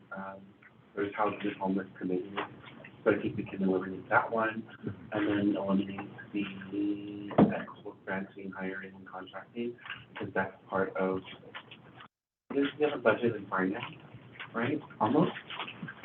So can that start making it smaller? Yeah, so a couple, thank you. So maybe there's some comments, questions related to what you just suggested, but first, could you put under equitable granting hiring, so the next bullet would be language access? Thank you, and then I saw Pastor May and then Thea, and I know Mara and Christy also have their hands up, but I think you guys have a thought related to what Kathy just said. Yeah, relative Yes. to what Kathy was saying a minute ago is, I think, did I understand you to say eliminate the housing and homelessness because that's committee? And I think that the real interest is that there is an assembly committee for housing and homelessness, but as far as this committee is concerned, we might want to prioritize that so we can interface with that committee and other groups that are dealing with housing and homelessness. So I don't think it's something we want to take off, because we had a whole bunch of discussion in our previous meeting about that, and it's a major concern. And so I think we should prioritize that and focus our sights on the assembly committee that deals with housing and homelessness so we can work out some issues. I was going to say, pretty much exactly that, and to add to it, just, I think we should identify what topics are most important to us and use that to direct how we interact with the other committees and also the community. Like, to your point earlier, we might identify education as being a real focus, and then I think we need to think about, okay, how do we interact with the school board? So, yeah. Okay, thanks, Thea. Mara? I actually was going to see if we could maybe chat a little bit about a more systemic approach. And the reason I bring this up is about 5 or 6 years ago, we did a big strategic inclusion plan at the city. Agnew Beck did it for us. And we identified different pillars of the welcoming roadmap. And we identified different areas of just community life that could be more equitably handled. And out of that whole effort actually came the Chief Equity Officer position in the city. And we did that really intentionally because we wanted to make sure that as the political winds shift, there is some systemic basis for ensuring the survivability of all of the work that we did back then and that we're doing today.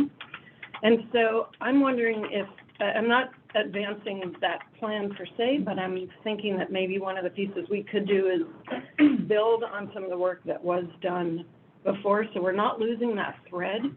And the other piece of that is, in that plan, there were metrics of success. And there are resources out there that demonstrate metrics of success for equitable communities in various segments of community, including government. So it's cross-cutting in that it's every sector of our every piece of our community, from transportation to government to what have you, to economic development and education. But so we can borrow heavily, I think, from a lot of work that has been done. But I think setting out a structure and a goal that this work, to build on what Hannah and Cameron were saying just a few minutes ago, so that this work can sustain through the political winds, I think is really, really important. And that's why, again, this work had been done through the mayor's office. And when the mayor's office changed, thankfully the assembly picked it up. We need that kind of fluidity. And a piece of that too, I will say, is really embedding partnerships with nonprofit organizations, the faith community, all of the different sectors of our society that can hold government's feet to account or feet to the fire when it all falls apart. So I would just urge us to think also maybe about doing some sort of strategic planning as a piece of the work that we're going to do this next year, which I know is more process-based than this. And then I wanted to offer a piece of another topic to consider, and we talked about this the other night at the meeting. Access to basic needs is really important. So whether it's housing assistance or Medicaid or SNAP benefits, and I think that that really does impact on the functioning of the city.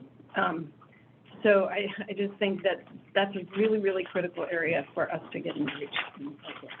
Thank you, Mara. And actually, I have a really growing, exciting list of folks that want to share their thoughts. So I'm going to go in order here, but also just want to mention that Tia and I met to do a little quick check-in on this yesterday. We did have access to basic needs or getting basic needs met. And then, Tia, there were a couple of folks in the chat that said, let me make sure that we get these on here, access to health care. And so if that's a different topic, we include that. And then definitely both Candace and Teresa expressing high interest in seeing the roadmap that Mara was just talking about. And you're trying to pull that up and share that? Okay. And so at the same time, though, we have a list of folks here that would like to share their thoughts. So maybe maybe we hold tight, because I'd like to get other folks, their voices on the table here. Christy. Mara summed up beautifully what I wanted to say, that each one of these topics, I would really like to see an accessibility component added, because housing and homelessness, there's disabled people that are homeless or need help with housing, accessing health care, almost all of these. So I don't want the disability community to get left out in any of these conversations. So accessibility across, all discussions is what I would like to see. And also so that Anchorage can be the forerunner and the example for the rest of the state. Thank you. Thanks, Christy. Cameron. Thanks. I'm trying to think through, again, role of the committee. Yeah. And when it says the priorities of the committee. So look, I just want to go through this real quick and to think about it. So for instance, two bodies of work that I really want to work on this next year that could be supported or could be connected to the committee, but may not be the committee's priority, right? So one is the strategic sort of public safety plan that I talked a little bit about. That may not be the priority for this committee, but I work on it in public safety committee and utilize this committee as a support system, as a resource to work on that. The second body of work is around naming panels and naming in this city. And I've been working with another a member of the assembly and the ombudsman to really rethink how we do that, so that every building, street, park is not named after a rich person or a politician who's white, right? And so that we actually have a city that represents who we are, right? Yeah. And so that those are two bodies of work that may not be the priorities of this, but can connect to it. So what I'm trying to figure out is, as we think about priorities, is this work that this committee is interested in happening that would support that someone else is doing? Right. Or is it work that this committee wants to kind of to pick as a priority? And so that's the separation that I'm trying to figure out. Because we had talked about the reason in the beginning we had put crisis now there is, someone else is doing that work. Right. But boy, that work could really benefit from this committee getting regular updates on and giving advice to and that sort of thing. So yeah, whatever that's no, I like how you're saying that too, because it's because this list could get really long and not being redundant or duplicative in that work. Yeah. So instead, how do you? It's almost like the priorities are about access, about these like broader. Yeah, pillars, if you will, is what you were saying. Okay, and so there's, I had Felix and Pastor May in the queue here, and then Tia, I can add you to that list. Felix? Yeah, thanks. So I think my thoughts are similar to Cameron. I think what the power of this committee, which is why, I feel a little hesitant about, removing things from this list, is its perspective and its lens that it can bring to different issues, right? Which not to say that they don't exist in the committees, but the committees are dealing with so many different things from so many different angles that it's easy for the committee to miss something that we here might consider very important. So, when I think about this, I think of it from sort of a couple different angles of what do you hope to achieve in these different areas, and what is being missed in the conversation in these different areas. And, what I hope doesn't happen is that this committee gets stuck in the gears of municipal government, which so often happens in a lot of our other work. We're just stuck in the gears, and I don't want this committee to be in that same position. And I guess I'll just end with, I would hope, as this committee considers how it structures its meeting and how it handles these topics, that there's a way to talk about the now, because I know there's a lot of interest in talking about the now, and folks are really passionate about what's going on right now, but we also make time to think about the long term. And, for me, I would be great if this committee, when it thinks about the long term, that it is, putting together ideas, putting together legislation that it could send to the Assembly for consideration. Okay. Shelley, do you mind if I just build on that just very briefly? I think that and this is, I think, really hard because I think Felix and Joey and I are really in this, a lot of policy thinking, right? So all these topics, right? Language access, basic needs, what are the current policies in our city that are contributing to the inequity in that area? Yeah. And so rather than going let's go out there and start training and working in the community and doing things, that's other people do that stuff, right? I'm thinking, okay, let's go back to policy and pulling up that policy that is contributing to that. And how do we change that? And how do we shift that? Is it accessible? Is it representative? Right. Right. And then under those, language access, digital access, physical access.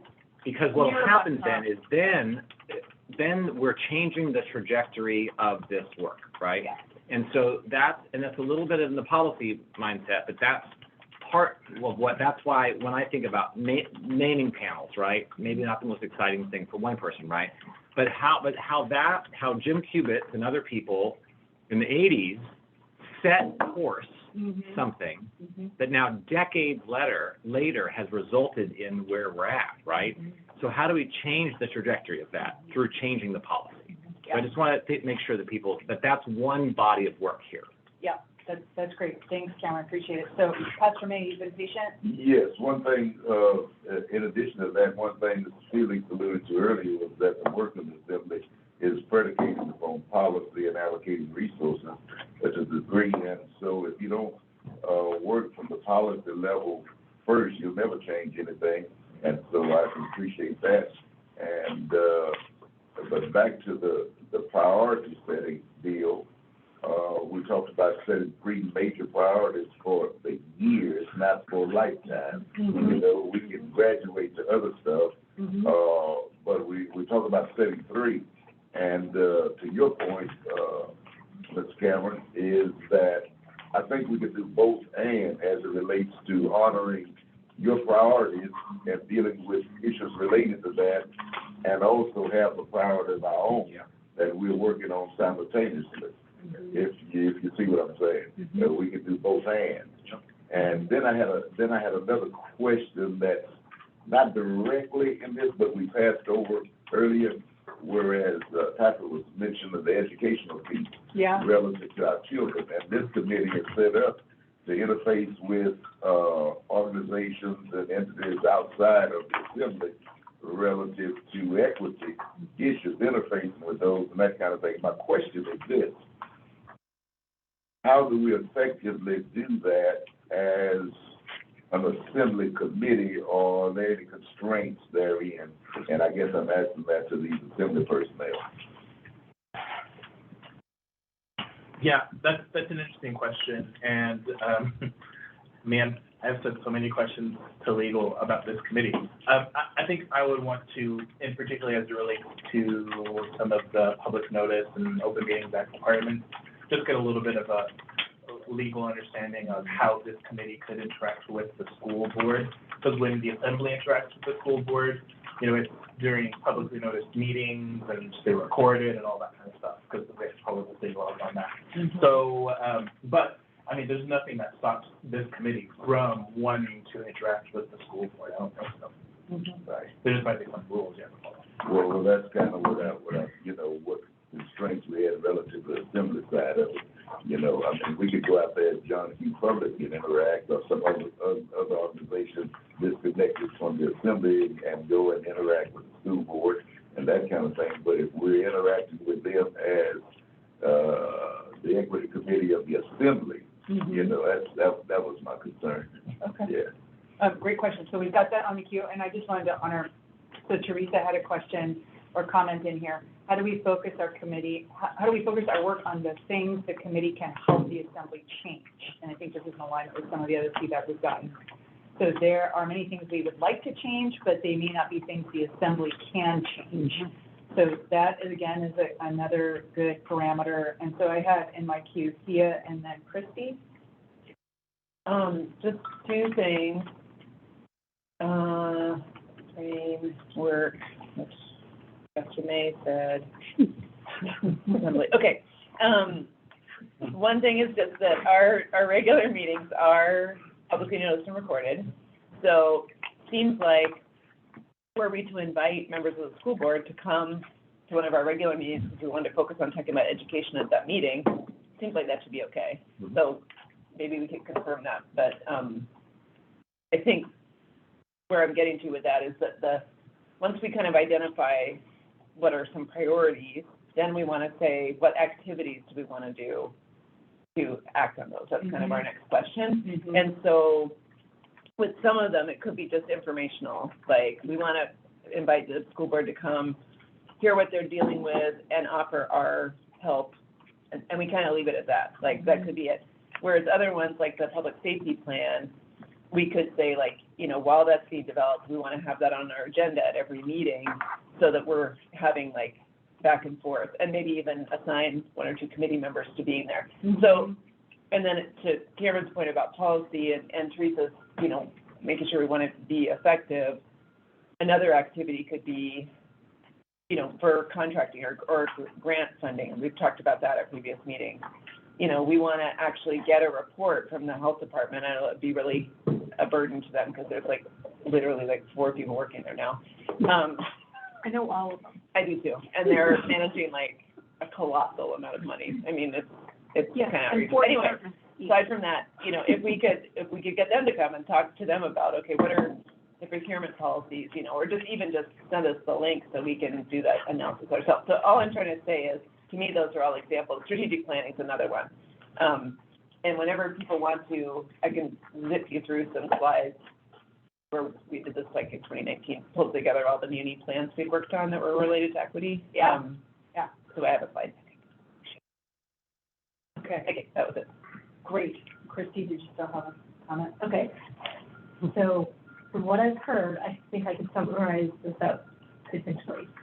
In order to assess policy at the assembly and legislative level, and this group can interact with the assembly and also members of the public, because having us at community events and getting the community more aware of what this committee does and inviting them, you know, to our meetings or letting them know our meetings are open to the public, and getting that input will help facilitate what we do as a committee that we can then take to the assembly to affect policy.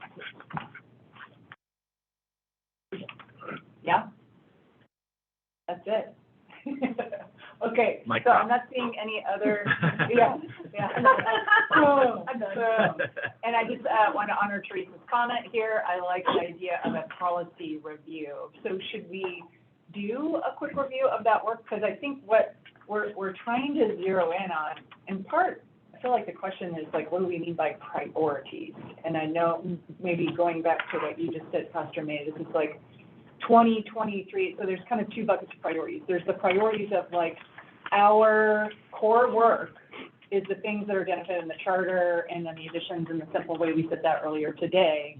And then those are in these many, many arenas that touch the lives of Anchorage residents. But we have X capacity, and we know there are gaps in these places in our community now that have system-wide impact on Alaskan lives, Anchorage lives.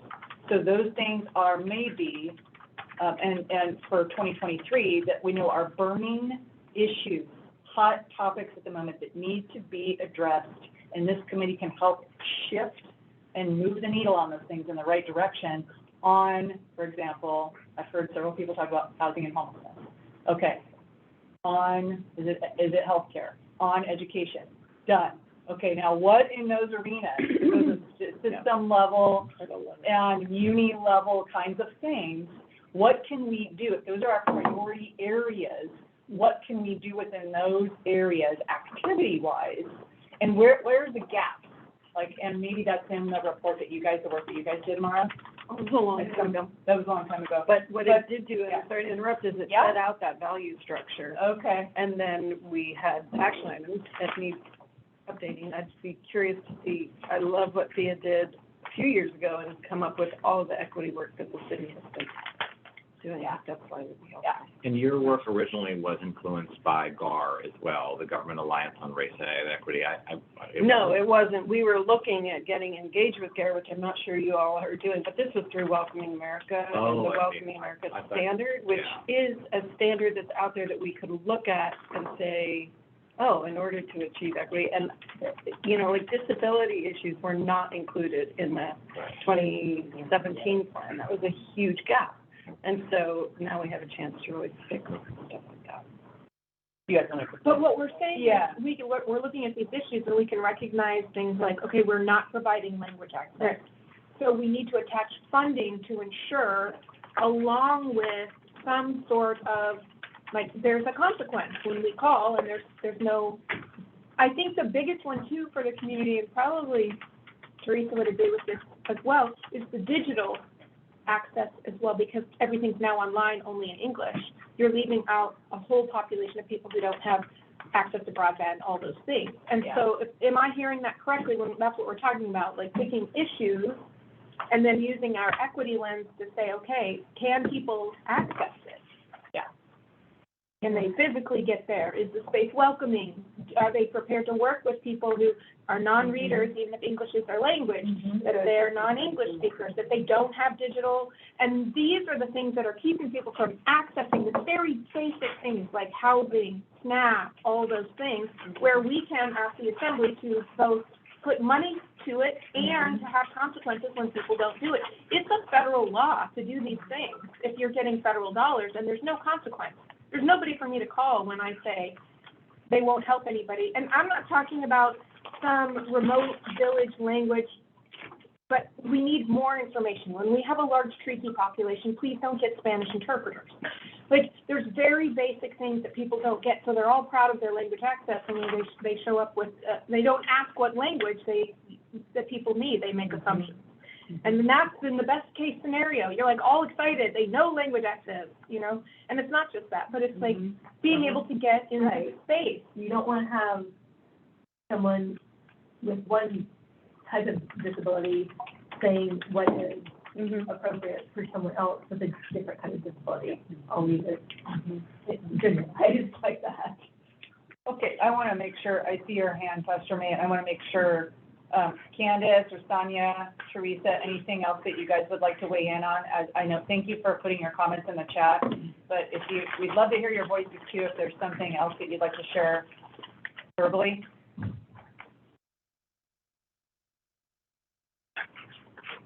Okay, not I seeing. agree with all the Yeah, go ahead, sentiments that Sonia. have been, I'm sorry, I agree with all the sentiments that have been shared. So nothing to add at this time. Okay. Thank you so much. Okay, just making sure, Teresa, Candace, you're good. I'm not seeing any hands there. Pastor May and then Thea. Yes, I was gonna make I guess a suggestion or whatever. Under others, we included access to basic needs. Yeah. And so that takes in a whole, periphery of things. And, we can even include the housing and homelessness in that category. We had a big to-do the other day in our meeting about access to food stamps, that, that was a big deal. And healthcare was brought up. So some of these we can lump into one, on the access to basic needs. And we would have to necessarily make housing and homelessness an area by itself, but put it under that same, category. And then we've got two other things to look at. Yeah, healthcare. Yeah. And then education is a different category? Like basic needs, so then education would be a different bucket? Okay, let's keep it rolling. Thea, did you have a comment about? I also thinking along the same lines as Pastor May, and It's a great minds running. Okay, we've done this multiple times. Yeah, something's happening. we're clicking. So I was thinking the same thing. I was just starting to like move these around so they're kind of lumped a little bit. And then I was just thinking we can tie them to the committees that we want to, like,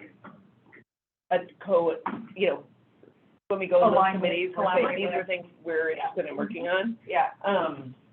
So I was just thinking like adding a column to our thing here and just maybe moving them around a little bit. I still really wish that health policy and homelessness weren't separate committees because they're so embedded with each other. Well, we just add third H, housing, homelessness, and healthcare. And I also wanted to 3H, all day, could be 4H. with Christie's topic around Bring in the physical horses and access. pigs and. Yeah, I just wondered whether, Christie, maybe you should be added to that community and economic development one where it's really talking about building codes and land use codes. That's the one I was thinking of. Or they just have a social determinants of health committee. Oh, please. I know, I'm too forward thinking. But Too many syllables. Kind of the topics and getting those into like manageable buckets. So you had that basic needs, if you cruise back down to your long list. And you're thinking like. So they had like all of these. And so, well, and I mean, is this like, are you saying basic needs and then the subcategories of those include these items underneath that bucket of needs? That's what I was thinking. Yeah, okay, I hear you. Yep. Yeah. So. And I don't know if, I mean, language access, yes. Yeah. 100%, gotta communicate, or digital or equity, those things are kind of in that bucket. And I don't know exactly how that aligns with the committee, but I was wondering about that, which you could also add public safety. And will you throw digital in language? Oh, Yeah. Sorry. And then wait, I think what we don't have here then is just food and, Yeah, food food security, and basic income.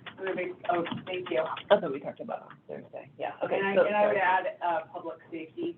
Under that. With Oh, the as basic needs? Yeah, Yeah. I think so. Yeah. Except that's in separate committees. Okay, I'm a lumper, so, Either, I'm also a lumper, and that's what Yeah. I'm trying to do I right know, now. I always think like, Yeah. maybe I lump too much.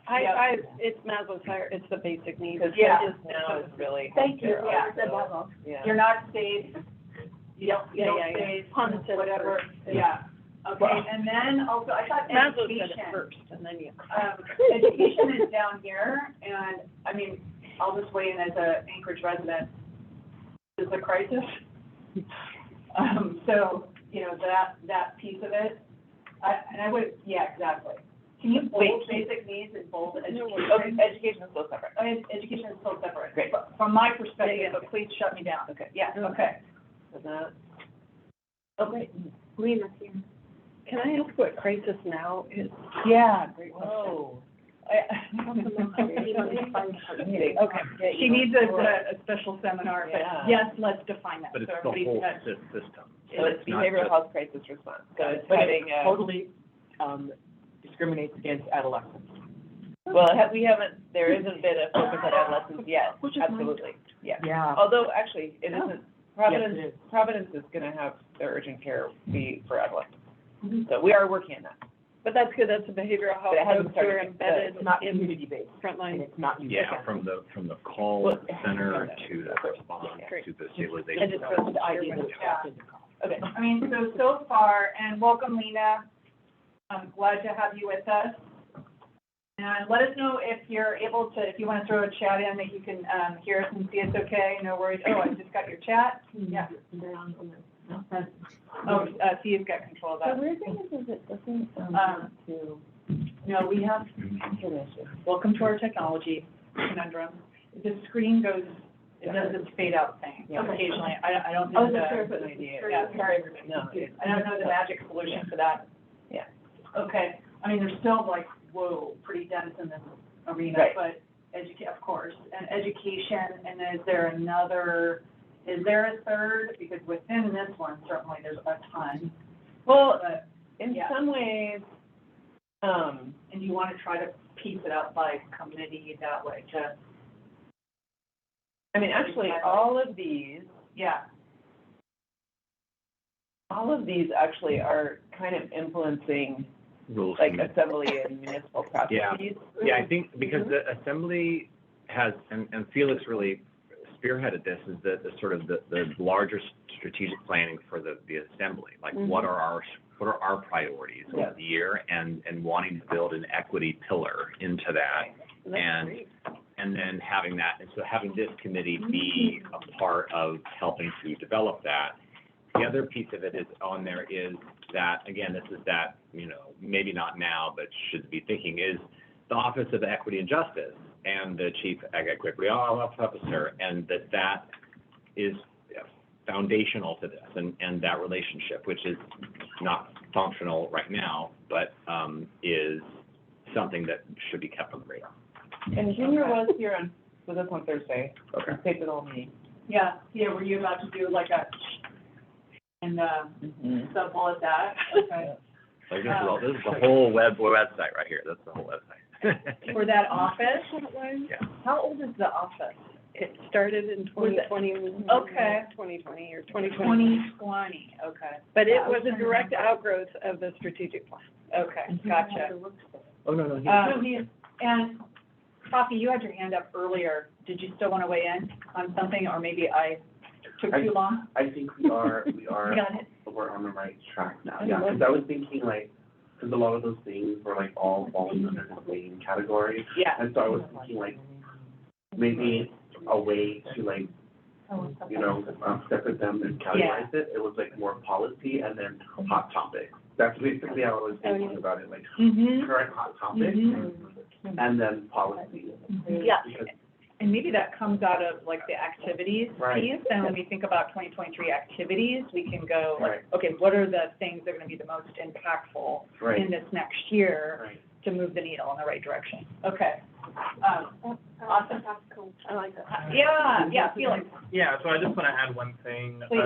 which may start to happen a little bit more. I think, like I said on Thursday, more likely the relationship until things get rolling is going to be equity committee to the assembly versus assembly to the equity committee. Hopefully it's going to be a little bit more back and forth once things get rolling, but I don't think that's going to happen at first. But I know there are some things that will eventually get referred to the committee. There's already one piece of legislation that I can't speak about that I have asked the committee to look at, and then there's a resolution that one of the assembly members wants this committee to also have a discussion about. So as those things happen, how does this committee want to work that process in? Are you asking that question right now, or? Okay. Yeah. Yeah.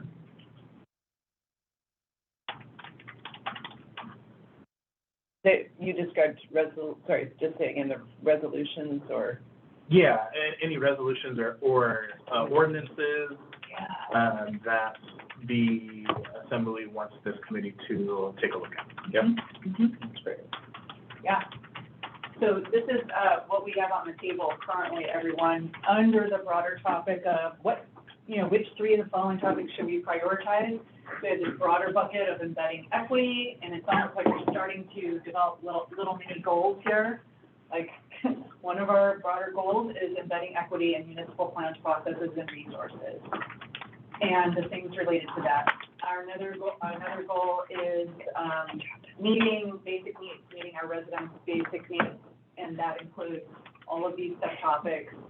And then education, what additional things do we need to say about that? And we're going to talk about actions related to that, or activities. But is there kind of a broader goal statement there or objective in mind? Yeah. Yeah, it makes it just quick little story that I, work for this nonprofit, and they wanted to build equity, into their work, into their programming, into their organization, that sort of thing.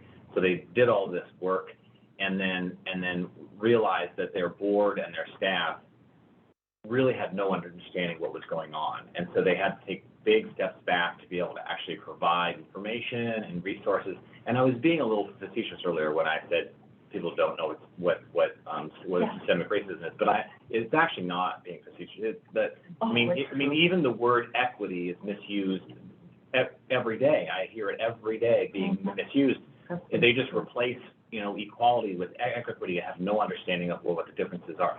So I do think that there is some potential role to just provide some very sort of foundational understanding of what it is we're even talking about here, and begin to normalize this work and that sort of thing. And so I don't know where that lands, but who's the audience? Is it assembly and municipal? I think initially it's probably internal. I mean, I don't know if you're going to have anything with the administration. We've tried to do some work with the assembly itself, and that there's been some assembly members who've been a part of that. That's a hard one for me to know who the audience is, whether that's even broader, in terms of community and that sort of thing. But I do think that at the very least, this committee having some sort of established language and definitions, and like, this is what we're talking about when we're talking about equity, this is what we're talking about, these kinds of things. And it's obviously lots of people are doing it, so it would be hard to find, but that way, I think we cannot assume that people even know what we're talking about. Yeah, for me, that's one too. You guys, sorry to jump in here, but I was also thinking of voters. So it's a big umbrella, like the Anchorage public. Yeah. Like, is it? And maybe that's not the right role of this committee. But is there an opportunity there? Yeah, I think at the very least, just having us be established with the language we're talking about, even in this room. Yeah, great. Are we all on the same page in terms of what we're talking about? And so beginning there, right? Yep. The membership, and then the role of this committee is often with other committees. Yep. And so even the talking points, when you go and talk to the Health Policy Committee, saying we are this committee, when we say equity, when we say here's what we mean, here's what we're talking about. Yeah. And so that you're trying to sort of eke out common understanding of what that means. Yeah, that's really great. So I saw Hannah, then Lori, then Todd. I just wanted to, Sonia, given your wisdom and what your doctorate is in, Can you be part of would you be willing to help us with dialogue and definitions and language surrounding equity and what it really means? Yeah, I actually was starting to write in the chat. So thank you for this opening. I think equity, when we talk about education, is broad, right? There is what I mentioned is the early pre-K really through 12 and then post-secondary options. One of the things that I forget, that I think we all forget from time to time, is that there are adults in our community that also need like supportive services around education. So whether it's GED attainment, right? And technical training to be able to take advantage of local opportunities in terms of jobs. So it's very broad. A lot of my work has focused on resource allocation and closing the opportunity gap, right? And so that looks like, I mean, it's very broad. So it's from pre-K all the way to advanced placement course options, right? And so this is an opportunity, honestly, for us to narrow it down. One of the other things that ASD is working on, and we just had a visit from Ford NGL, is work around college career life readiness. And it's also a board goal. And that work is going to be looking like revamping a whole lot of things to make sure that children are prepared for the local economy, to be participants in the local economy. So I know I've said a lot, but that's how broad it is when we think about equity, access, and opportunity in the education space. Great. Thank you, Sonia. So we do have a running list here, and thanks, Dana, for bringing Sonia to the forefront. And also, Sonia, we got your comments that you provided in the chat. Thank you. Lori. Well, thanks for that, Sonia, because that was part of mine, was adding in adult education and some of the other pieces that we're seeing. People need a lot of the English language instruction piece as well. And then one of the things that we've done at ALP is so many people, and I hate meetings are recorded, I don't know how to say it gently. So many people come to me and say, Lori, we want to make our board more equitable, or our committee. Can you supply me a brown person to serve on my committee?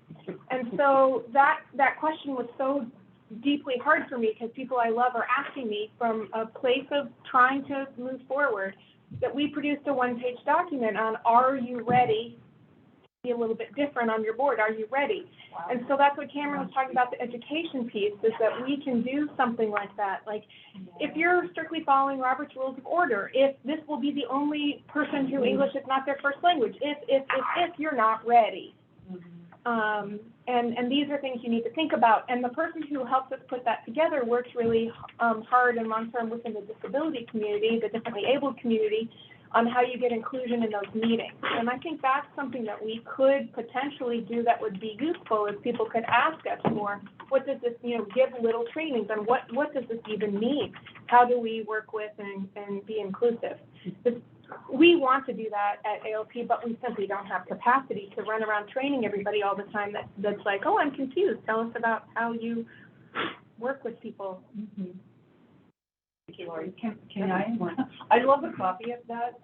What you guys it's not like a public document, but I will give it to you so you can see what we did. Yeah. But we were prepared to train people and provide board and committee members. So we haven't really released it, but Gotcha. we put that together with our ELL and contractor and stuff. So yeah. Thank you. Toppy? I think that's, so like, just in the spirit of like equity work, right? It's intentional work, right? On both ends though, right?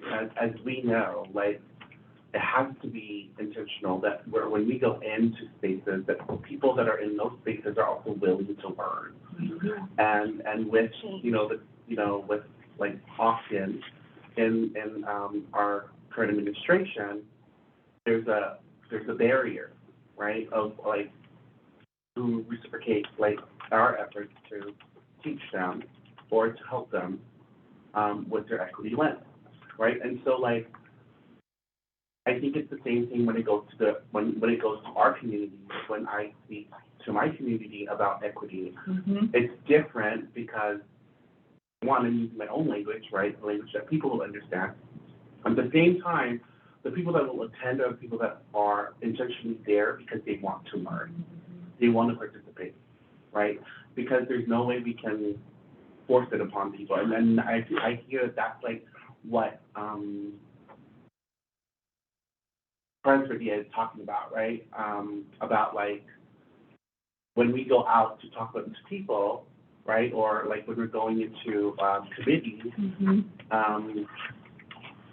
and I think those things are in our charter. Like the charter, like we have the definition of what we do and who we are as a committee. And so this is what we're in this spaces to do. And so it's helping them know that the reason why we're in those committees is to, on behalf of this committee, right? Yeah. So. And I'm scrolling back to something that Sonia said, because I thought it was like relevant about strategy. Yeah, strategy, systems, and support. Just reiterating that. And then Sonia just put something in the chat. I want to make sure to read that. We currently define equity as the fair treatment, access, opportunity, and advancement of all people, while at the same time striving. I can't. To identify. Thank you. Yeah, obstructed on my screen. Thank you so much. And that's in our charter. It's in your charter. Okay. Excellent. Thank you. So I'm going down the list here. I have Pastor May and then Thea. All right, there are many elongated definitions of equity, but back to what we stated previously is that it's from learning, be it education, to dollars and cents or what have you. It's equal opportunity predicated on equal resources, and that's for language, learning, money, all of the gamut of it. What's needed is everybody. Cameron mentioned the difference between equality and equity, but what's needed amongst everybody is that we all equally have the same opportunities and the same resources that afford those opportunities. And basically, even that's what Sonia was alluding to educationally and all of that. It's everybody having the same opportunities afforded by the same resources. And that is what makes it equitable among everybody. I wanted to say that, and then the next thing I wanted to go back and pick up something Mr. Rivera was dealing with earlier, and Thea noted it on the page that she's sharing, but he was asking a specific question. And the question was, how is this group going to interface with those ordinances and resolutions and give input? He was asking a specific question. How are we going to do that? See, ordinances and resolutions are all time specific. And in lieu of having always to have another meeting to deal with those, it may be that when those things come up, that maybe we could do a Zoom call, a Zoom meeting, and get it together, somewhat sometimes impromptu, and give our input to those so that they can have the input they need. I think he was asking a specific question that needed a specific answer. Gotcha. Yeah. Thank you, Pastor May. Yeah, I asked Felix that, but I wasn't sure if we were on our list here or if it was helpful to have a response. And so I do think it's great, and I wonder if there's other committee feedback on that. So true, like it's not going to fit nicely into the package of your monthly meetings or whatever you have on your schedule now. So the state of urgency or different level of being able to activate and be nimble around those ordinances, resolutions, is the mechanism like, hey, this is on the assembly agenda next week, and maybe it's our assembly friends that are giving the heads up to the group here, and then activate the team. Something like that? Right. Okay. That's kind of what I'm saying. Okay. Yes, Can it be simply as co-chairs email all of us? We can't do that. It has to go through the clerk's office. Oh, to request an impromptu meeting? So we are subject to the Public Meetings Act. Okay. So we have to we can't email more than, we can't have more than 3 people in the committee on an email. Okay. Unless the clerk goes to the clerk's office. Yeah. But you're not elected officials, so does it still? We're still subject to it. Yeah, we've got to do this a lot. Okay. Yeah. So what would that process, Anyway, so what would that can I process? actually request though that we don't get down into the activities piece until we make sure we Okay. have some agreement here? Yeah, we've got a little bit of that. I think there's just been a little back and forth on the activities. I've been and making goal notes topics. down here, so I think I've got like Some ideas for the that? questions and the ideas, yeah. Awesome, okay. And Sophia, did you have another comment before? Just real quick, Yeah. so one of the things I think is most basic inequity in our community, and it underlies so many other ones, education, homelessness, is the wages that people are paid. Because what the data shows is that, and we saw this during the pandemic, people who are in essential jobs are often paid the least, often work 2 jobs, or working 80 hours a week, and are still needing to be on food stamps and are housing insecure.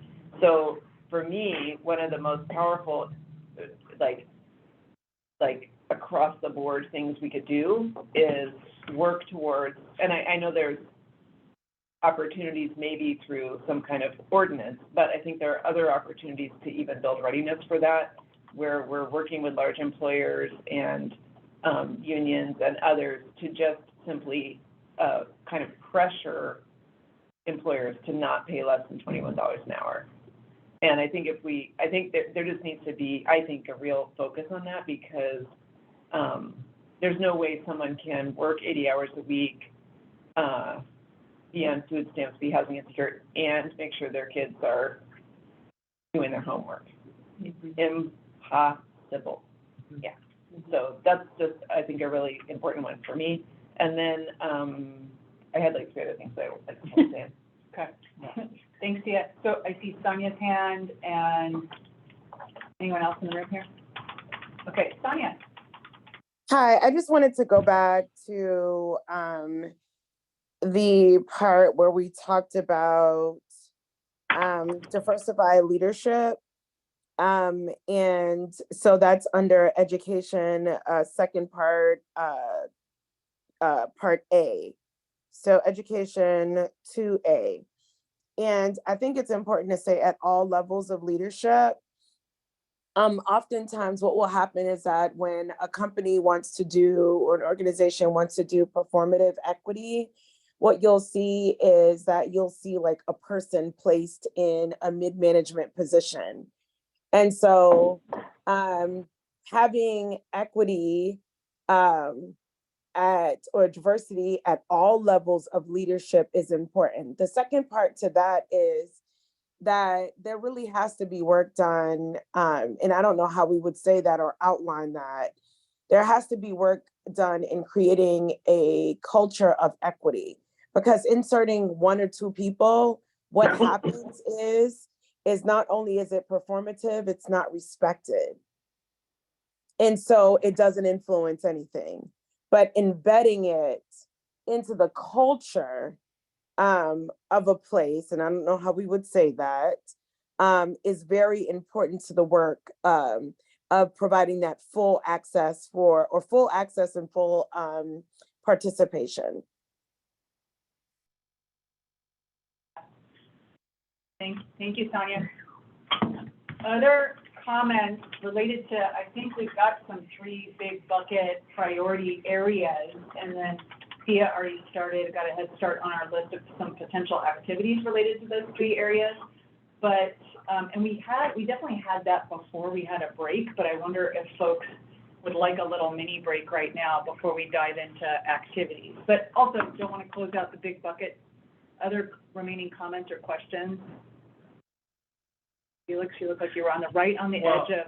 So mine was not so much on the what, but on the how. It sounds like we're transitioning. We're about to go to how. Sonia's hand is still up, but she's down. Sonia, did you have another comment or question? Just want to make sure. No, let me remove my hand. I apologize. Thank you. No worries. Anyone? Okay, do you want to see these this quick slideshow before? or after? Sure, quick slideshow and then mini break Before the break or after the break? before. Okay, it'll be quick. Okay. Okay, don't walk away yet. Hold tight. So this was, probably 2019. It was right before, the pandemic. And, we were actually working with the health department. I was trying to remember why we did this. We were working with the health department and realized that we'd worked on all these plans and, wanted to help compile all of that into information that could be shared with the administration and with the assembly about the way in which equity was at least in theory committed to already. So these are the plans. Welcoming Anchorage, I think, is the one Mara was referring to. There's a financial empowerment blueprint. There's affirmative action plan, Anchored Home, which is the homelessness plan, Vision Zero, which is about traffic and pedestrian and bike fatalities, the Coordinated Human Services Transportation Plan, which is around transportation for people with disabilities, and the Climate Action Plan. And so just really briefly, this slide deck, and I can share this with everybody, just kind of summarizes vision, goals, and some of the metrics for each of these plans. So welcoming Anchorage, Anchorage is globally competitive, culturally vibrant, every resident feels a sense of belonging, equal access to opportunities. And then we have pillars for that. I'm not sure what it's looking weird.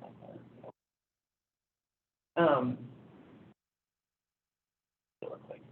Oops, sorry. Can you also see that on the share? You guys seeing a PowerPoint on the Let's just screen? go back to the view. Yeah. Sorry, it's not perfect view. Financial empowerment blueprint has some really helpful data in there around disparities in household income. And then, actually has like some mapping of that too. Affirmative action plan, again, has helpful data about the makeup of our community and then how that can compare to the makeup of workforces in different locations. Anchored Home also has data by race and disability status around homelessness and age. Vision Zero, 58% of pedestrian crash victims are Alaska Native, massive disparity. The AMAT's Coordinated Human Services Transportation Plan, this is a required plan for federal money, so it's pretty, again, just what level of attention do we pay to cars versus public transport. Climate Action Plan also relates to that. And there's more. Oh, wow, there's more. Okay, family income, so it's like a lot of, this is just data we pulled from some of our other educational attainment, child protection and behavioral health. So anyway, lots of stuff in here that we could use if we wanted to do some updated strategic planning. Questions that we can definitely share? Yeah. Okay. I remember being really happy when I read that, so that's good work. Which one? The welcome interest? Yeah. Oh. Okay, cool. We participated. Yeah. In every one of them. Probably in every one. Yeah. Yeah. Other comments or thoughts? Yes. Sorry, I don't mean to be pessimistic. So it's glad that, all of these things, it's glad that all of these things exist, but I just need to be blunt and say this current administration could care less about a lot of these things and are not following a lot of these plans. Yes, yeah, absolutely. Yeah. Or data? Yeah. Yeah. So I would temper however good you feel by that reality. But I think the reality that I think is important there is that the work was still done. I mean, my approach, this is like, also like Lori, my 27th year of doing this type of work in Alaska, is I just try and wait everybody out. Yeah. So like, kind of, when stuff's not working out, I'm like, okay, I'll put my energy there for a while, and then I'm gonna come back to this. So to me, if we want to prioritize doing strategic planning, then we absolutely should pull all these plans out of the woodwork, and the first thing we should do is put them together and then bring that to our people and say, hey, does this look good? We don't have to start from scratch, is all I think, Yeah, and it's also like the respect and acknowledging of that history. Yeah. Like Yeah, I really like that. Yeah, I just want to reiterate that we have had so many starts and fits in this community. I've done justice work for 30 years, and it would be a bummer to not pay attention to what happened. Also, when we created the Chief Equity Officer position, we made that a 4-year term really intentionally, so that it would straddle whoever the next mayor was. Yeah. And so it's things like that where we're thinking ahead to the fact that we're going to get not supportive administration. And then the third thing I just want to reiterate is it is so important that we work with our neighbors, our faith-based community, our NGOs, because again, we're all, as voters, we're the ones that get to say to the administration, you're not doing this right. And we all have spoken, and these are the documents that we've spoken through. So it's just really important to have, I think, to keep building. Yeah. Does not accept your pessimism. Yeah.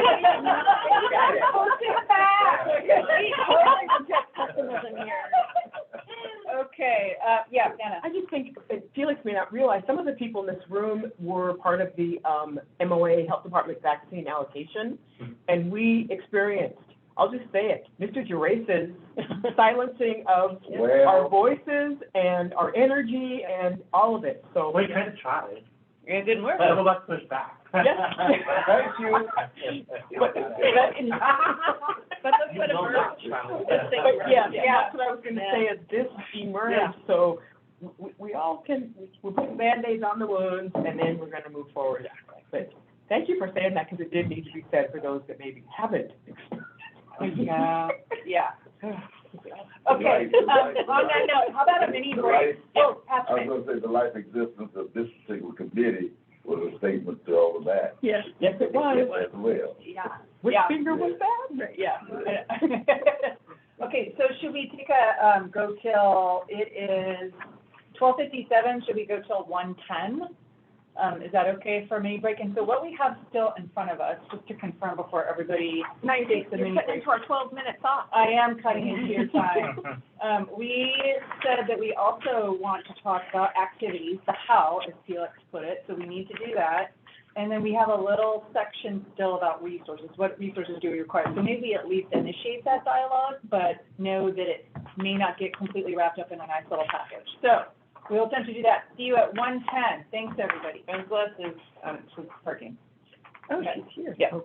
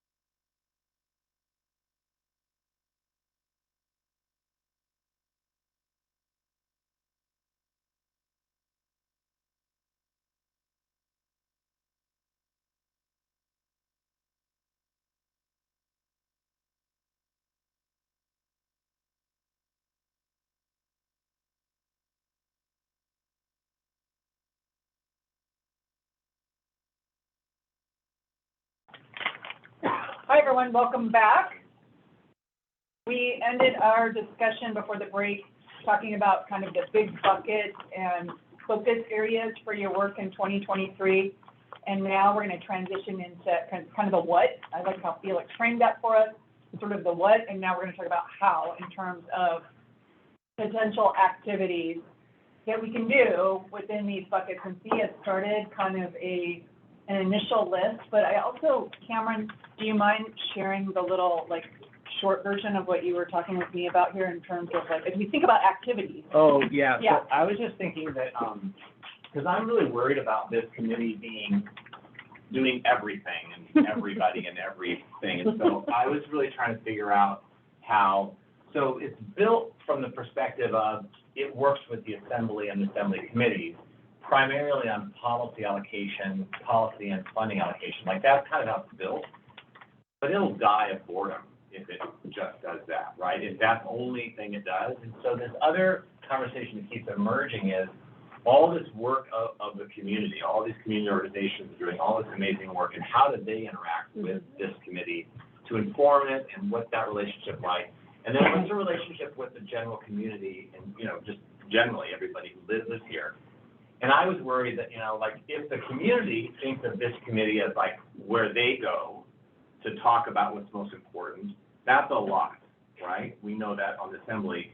So is it that we want the community, we want the general community to still go to community organizations, and then the main relationship is with the organizations, right? I don't know. So this is just trying to figure out where it all fits.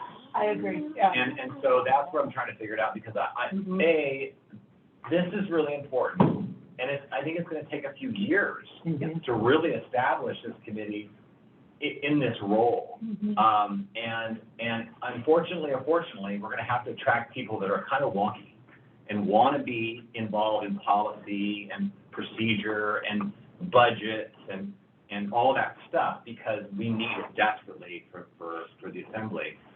But it also, you need to have like all the real life stuff that's happening in the world. So anyway, I was just trying to think through how that all works. That was basically what I was trying to explain earlier with the summary, because with the community organizations, I think that's going to be our biggest allies, because most everyone in this room works with those community organizations on a daily basis.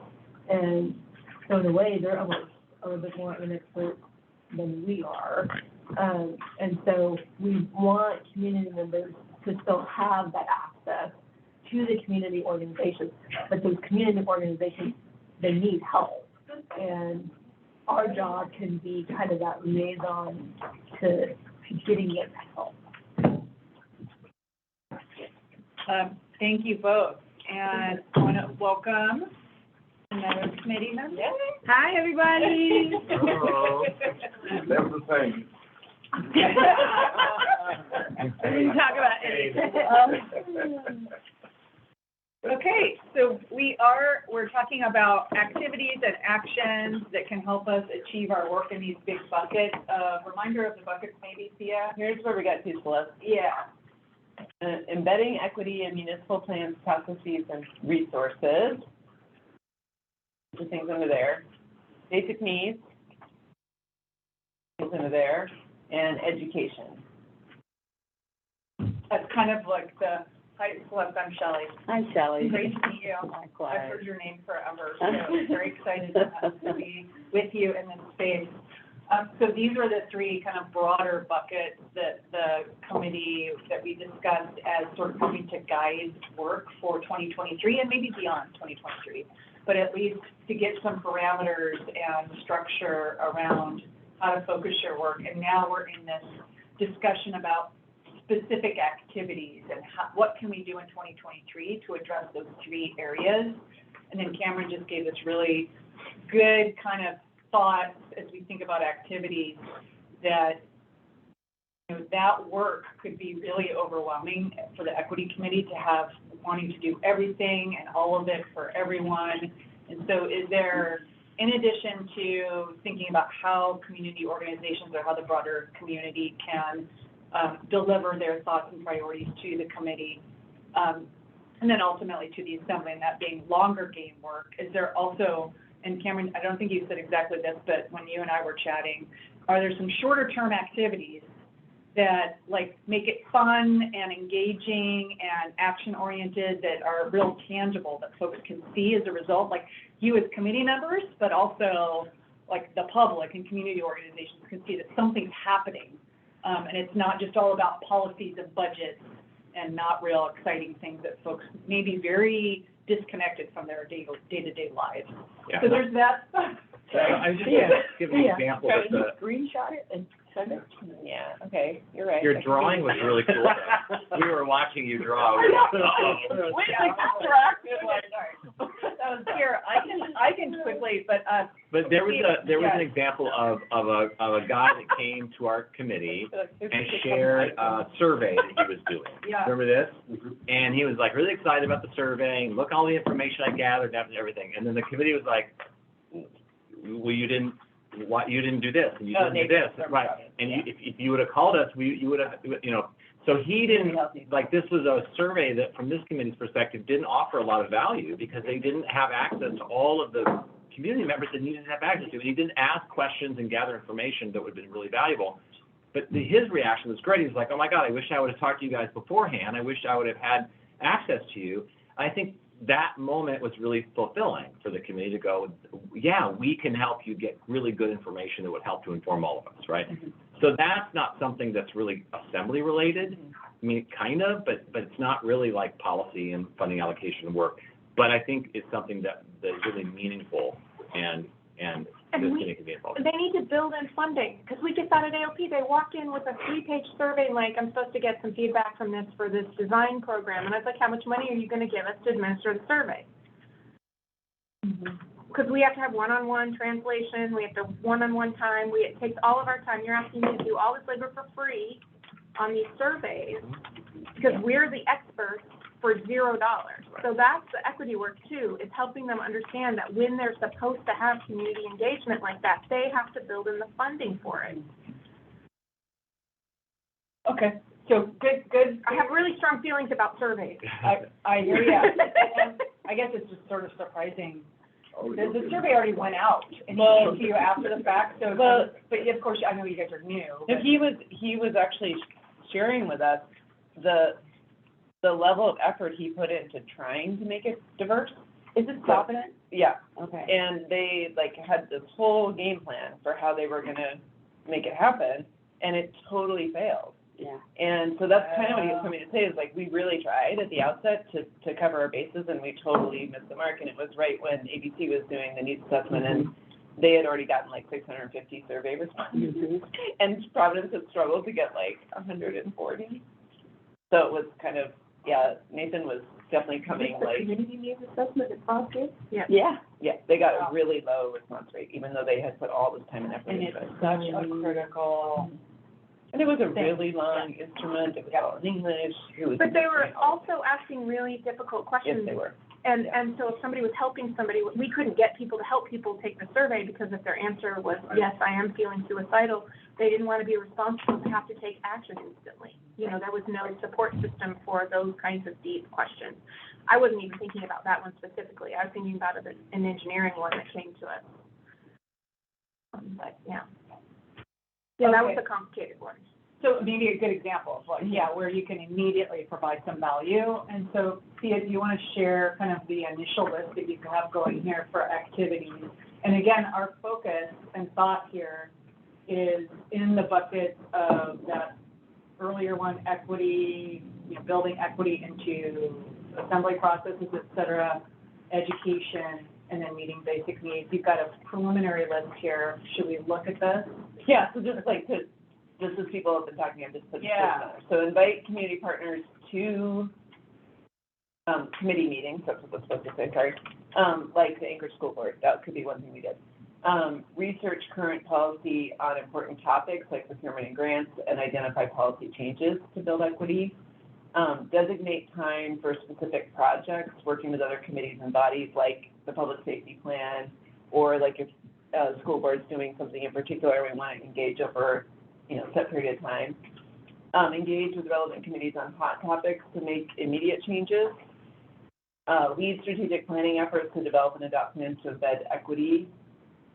And I just added this one, make community data gathering and needs assessments equitable and representative. Do you want to add the full conversation we had about the committees that you guys, that you've already assigned people to go out and to meet Yeah, with that's the a community? direct action. Mm-hmm.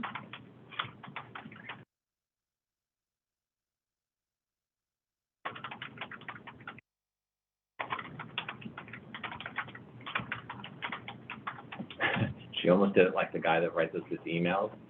The first ASS are all caps. Whenever he sends us emails, he writes it just like that. It's probably because it's so we. I thought it was ASSE was the official abbreviation. Being mean. It is? No. Oh. Can you make this a little bit? There we go. Thank you. So any other ones we should? Yeah. Email we've received all day, you should see. Recognizing we have, this is a 2023 focus over the next year's body of work.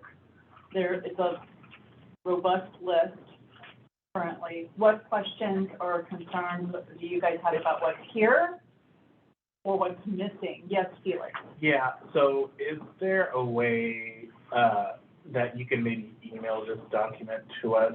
Or, so what I'm trying to do is I'm trying to compare section C here to that much longer section up there with all of the wet stuff, because that's how my brain works. Yeah. To this part? Yeah.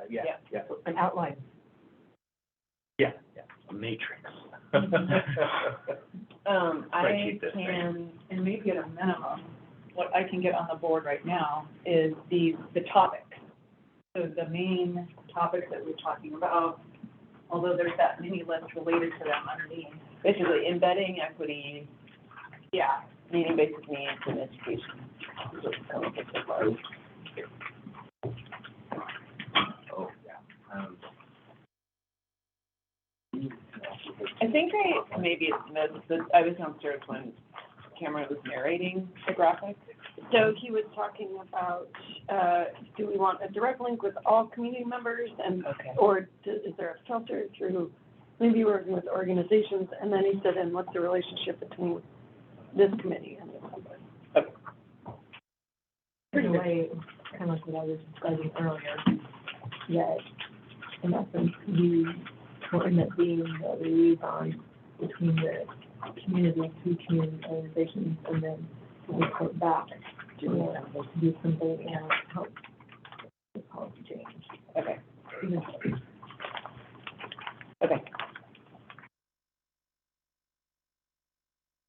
And I just got them back up here really quick, but the three kind of pillars, buckets, however you want to refer to those, embedding equity, meeting basic needs, and equitable education as three kind of primary spheres, and then the activities, Just looking at what we ended up putting under number 3. Yeah. I actually think it's maybe more equitable opportunity.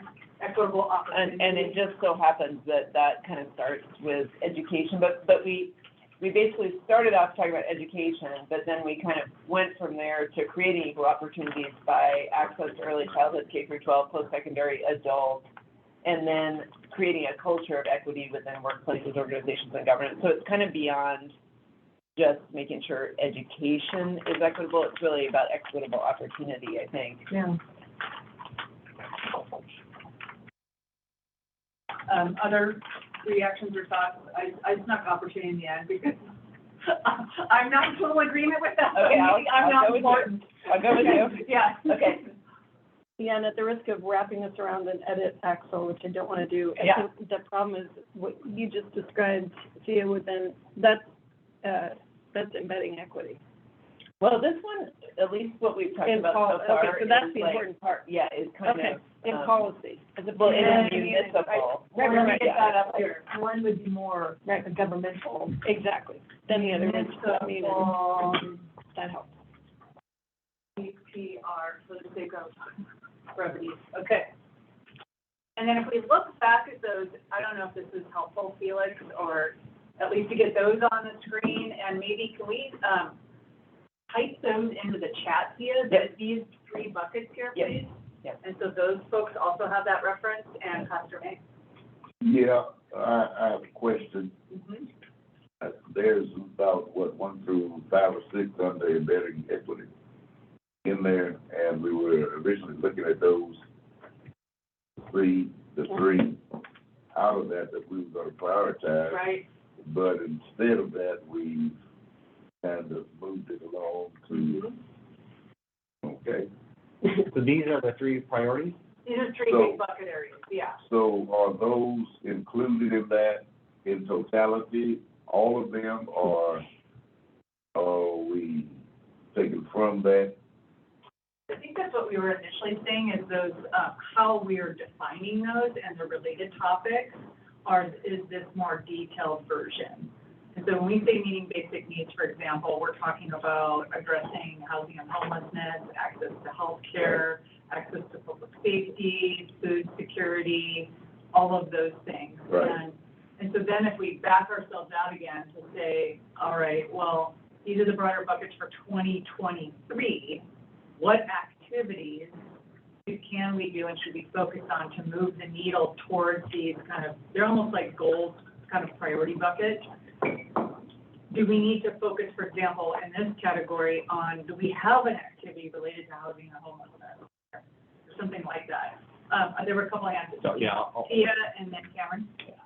I guess 2 questions is sort of process-wise. One is we could sort of go through each of the items under each big bucket and maybe bold the one that we really think is important this year.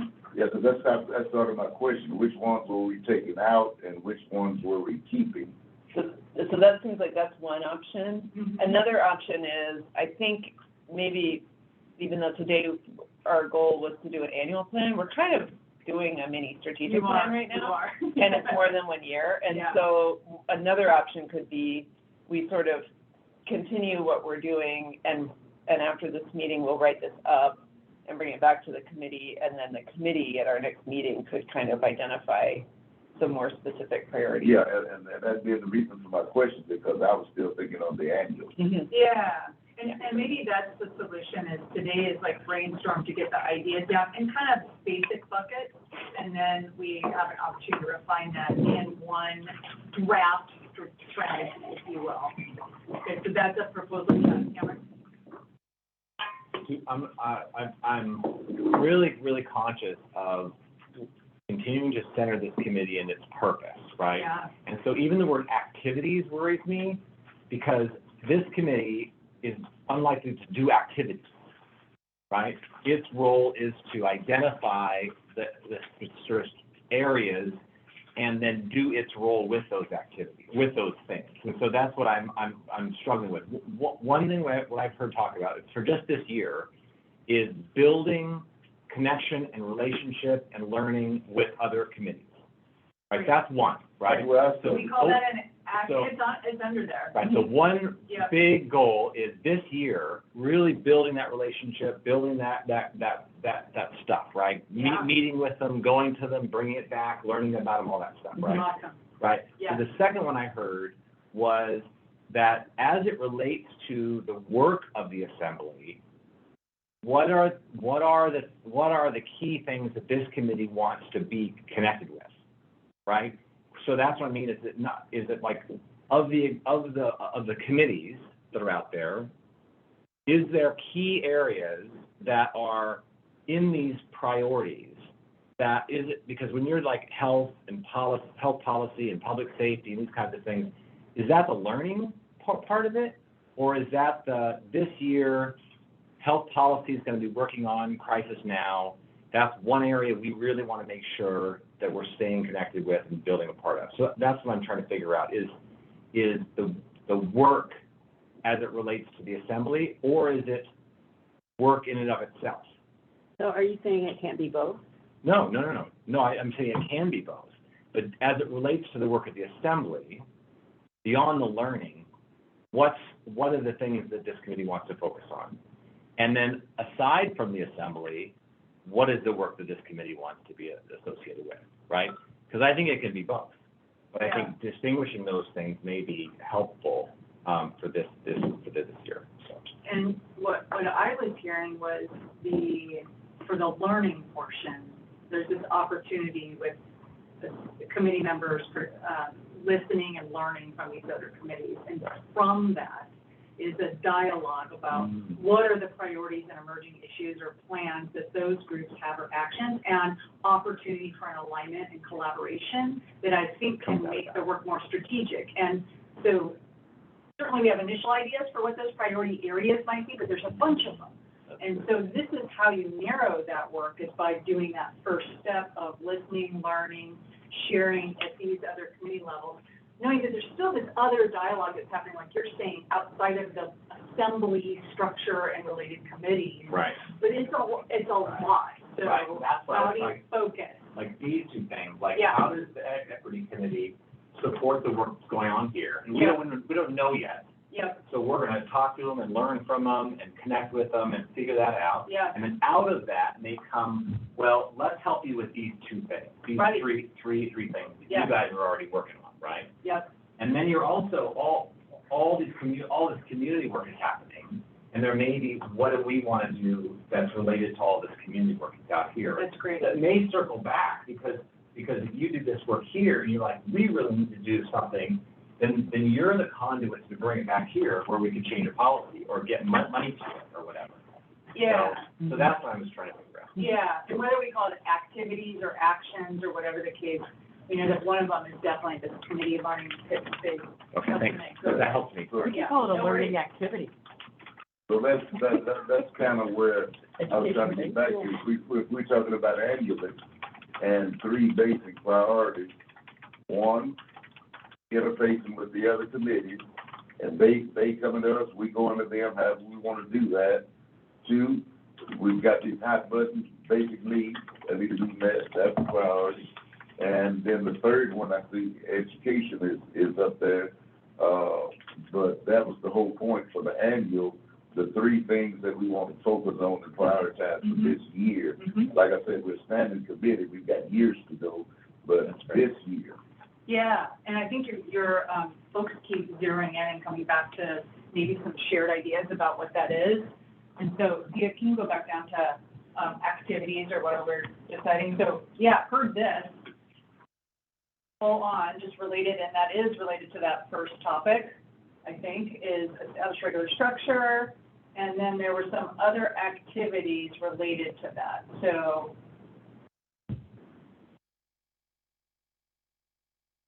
thinking about those buckets of the basic needs piece and the education pieces, are there, aside from doing this meeting with and understanding what other committees are doing, which could help us narrow focus in the basic needs arena, are there other things that need to be specific activities to either learn or make progress in? We talked about the learning was really about developing a foundation of language and information for ourselves and for those that we work with.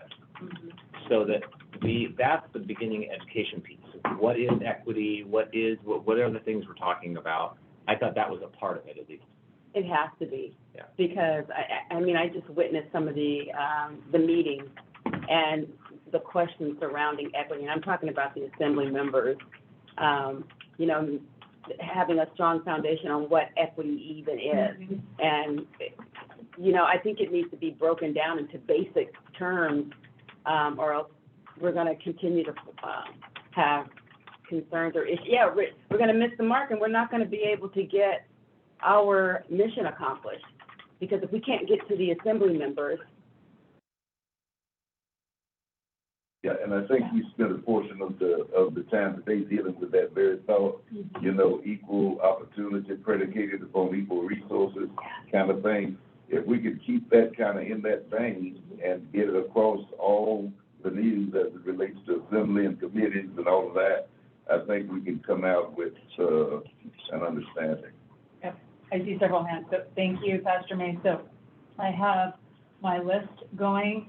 Was another one up here? So thanks for getting these, Thea, because I think it's starting to resonate now, because this is a lot already. Yeah. This, And the one, Mara, I want to come back to this, to welcome Anchorage work and the strategic plan. So is there a space in which we are understanding what action plans are we looking at that equity work that already exists and having that roadmap, or if it's dusting off the roadmap, or just having a shared understanding of what already exists there, some initial foundation for the work that you're doing? I don't know how to say that in a really articulate way, except for like a library project of looking at all the equity plans and aligning them and figuring that out, but there might be some, whatever that is, that value. Okay, and I'm moving to Hannah, you had a comment. Step one might be the meeting with other committees, just as here we are is step one. That will be the learning part, and then coming back with what did we learn from there will help define what we need to do in terms of relating to the assembly. Because we may come back from all these committee meetings and go, well, there's only 2 things, or 3 things, or 47 things. So I just think we need more ingredients in the recipe, and we get that ingredient from going to these committees, these assembly committees, and just learning about, just sit in the corner. Yeah, it's hard to say housing on this, well, maybe not. Maybe we have some exact ideas, but it's hard to say that without this, I like the scouting and the scanning that we've been talking about. Okay, Christy, I think you had your hand up earlier. Did you have something that you wanted to share? No. Okay, you're good. Mara? I had a question. The other night, we had at least 2 action items that were raised, including a letter of support for the NIH grant that Celeste is working on. Okay. And then saying something to somebody about the SNAP benefits. And I'm wondering if that, if we can just level set a little bit and say we're not in a, either we are in a position to do that stuff right now, or we're not. But like, I would have loved to, as a committee, to be able to support the work, and also to be able to say we want to testify, or we want the assembly, we urge the assembly to pass a resolution dealing with SNAP. Is that beyond where we are right now? This is a serious question. Yeah. I think, what do you think, Pastor Mack? I think that's something the group could initiate and do in the realm, and even if distinct and separate from, what we actually do. And I think it's doable on that level that you're speaking of now. But what I did want to say is I think in terms of simplicity, could we really make it simple on the 3 priorities for this year? And we talked about the teaching learning aspect across the board with the committees, them to us to them. That's one. Make that a priority for the year, invite them for the next meetings, a certain committee, and then we send them folks to the other committees to see how they're operating. That's across the board. And we talked about the basic needs aspect, meeting basic needs. That could be a priority to SNAP and all of these other things come into play there. Homelessness, all of these other issues come into play there. And then we had as a goal 2022, which we really didn't delve into very much, and Mr. Cameron talked about it earlier, the importance, the crisis now thing. And so I'm thinking that could be 3 priorities for 2023, just as basic priorities that we can gear ourselves up for. Did you get that? Yeah. I think I'm overwhelmed. Can you say that again? I'm getting very overwhelmed.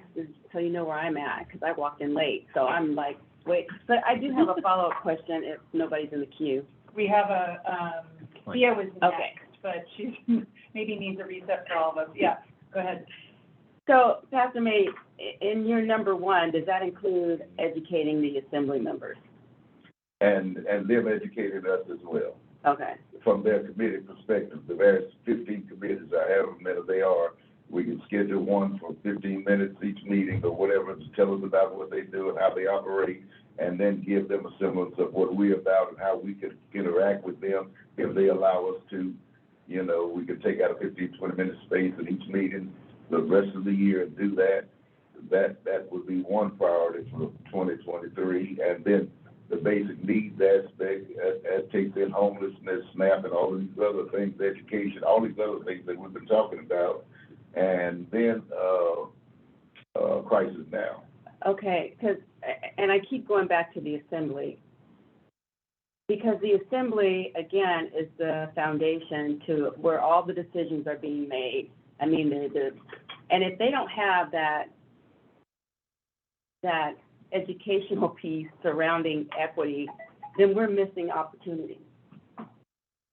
And So, see that is per se, and you're correct, and we're in total agreement on that.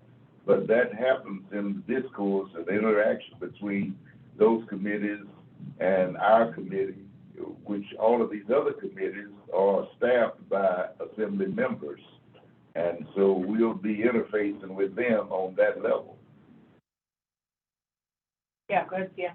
So this is something that happens at Agnew Beck, which is a struggle, that you have topic areas like things, housing, healthcare, and then you have like what we would call services, which is like strategic planning, research, like community engagement.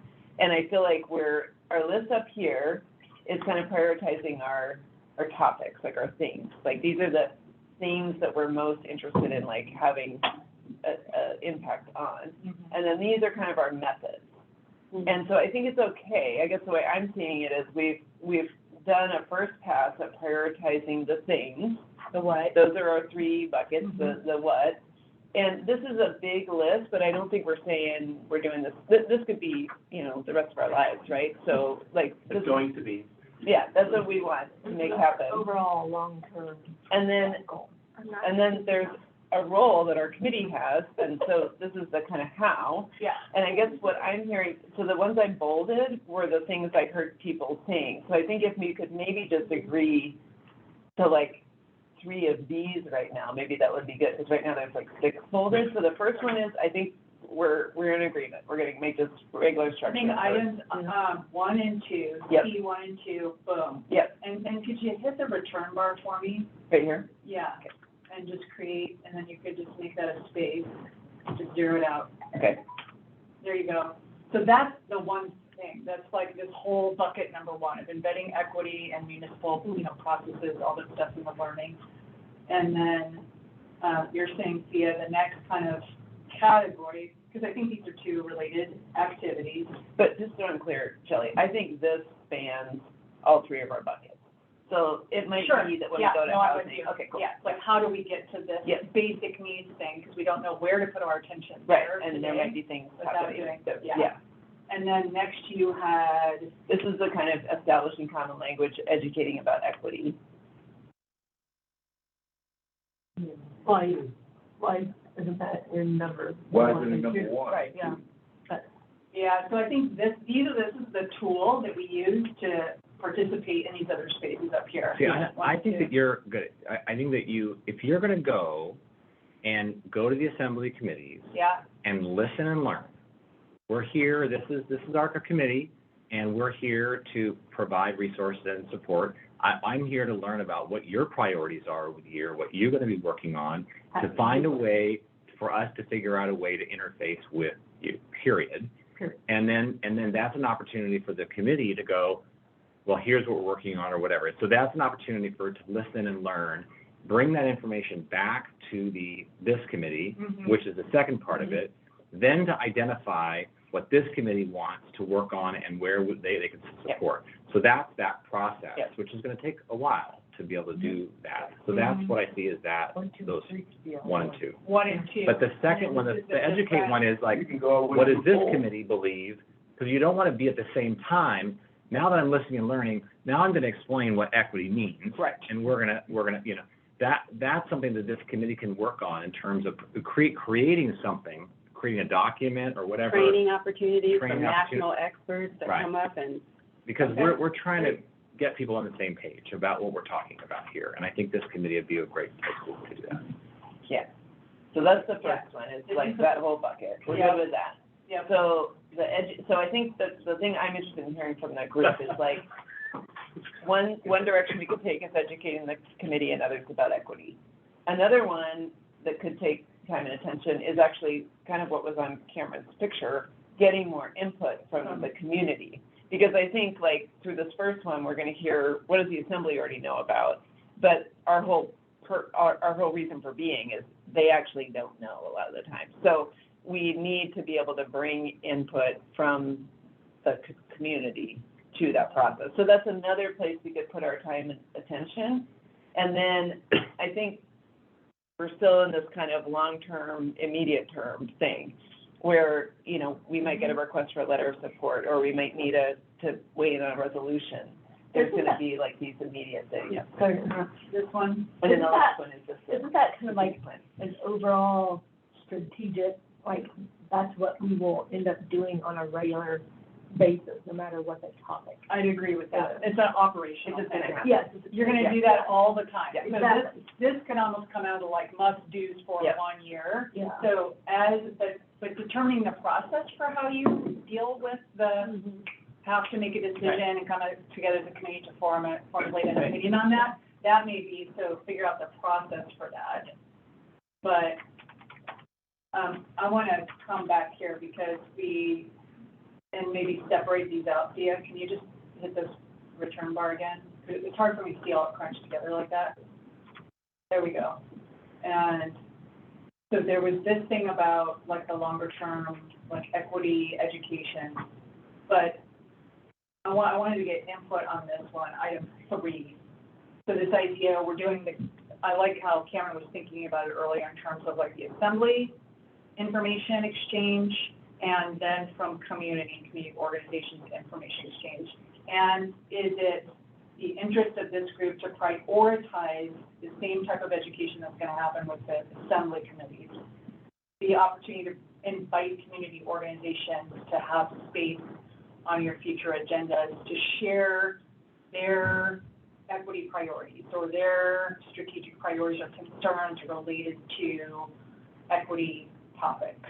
Is that also something that you want to create the space and do the learning related to that? I think that would be great. Yeah, that Because- to me is more important. Because a lot of groups don't feel comfortable coming to the assembly to say anything. Mm-hmm. And so this would provide space, you know, for them to share their concerns, I mean, their interactions maybe with the assembly members or how they feel. I mean, so yeah, I think they need space, and that would be a great. Yeah, and that's the same process we talked about earlier, I think that Thea mentioned about the doing with the, Anchorage School District kind of thing, on that educational part, inviting them to one of our meetings and what have you, and dealing with it from that vantage point. It also feels very foundational, like the first year Yeah. of building, I mean, you can imagine 30, 40 organizations coming and talking to you and sharing their experiences, their concerns, their priorities, and you're the one place to be able to collaborate, bring that in, and man, then you really are the resource, right? Yeah. Because then when the, I don't know, the health policy meeting is thinking about, they're like, do you know that the equity meeting is meeting with all of these organizations and collecting their priorities and their concerns, so that health policy committee doesn't feel like they have to go to 30 different organizations, but they can come here as one really powerful resource to be able to think about the things that they're doing. Yeah. Because I've already had 2 or 3 people who I found out that I'm on the committee want to come and just sit in on the meeting. Okay, thanks, everybody. So I'm quickly just trying to, because I know they're gonna run out of time soon, and want to honor all this awesome feedback. And also, you feel like we've hit some tangible spaces as we wrap up today. And so definitely not to reiterate again, but here we go with the assembly piece and committees, yay. Okay, and then community partners from that side, creating space and a mechanism for hearing from other organizations. The others that are on here, I thought that this one, okay, identifying, I'm gonna put this underneath. That's really one. Isn't that the same thing as one? It's kind of a sub piece of it, so I do think we should do like a step in on that, if that's okay with you guys. Sorry for a while. I definitely think it can go under there. Yeah, I'll do that for that guy. And then that leaves us with our community organizations, and then we have two others that are bolded currently.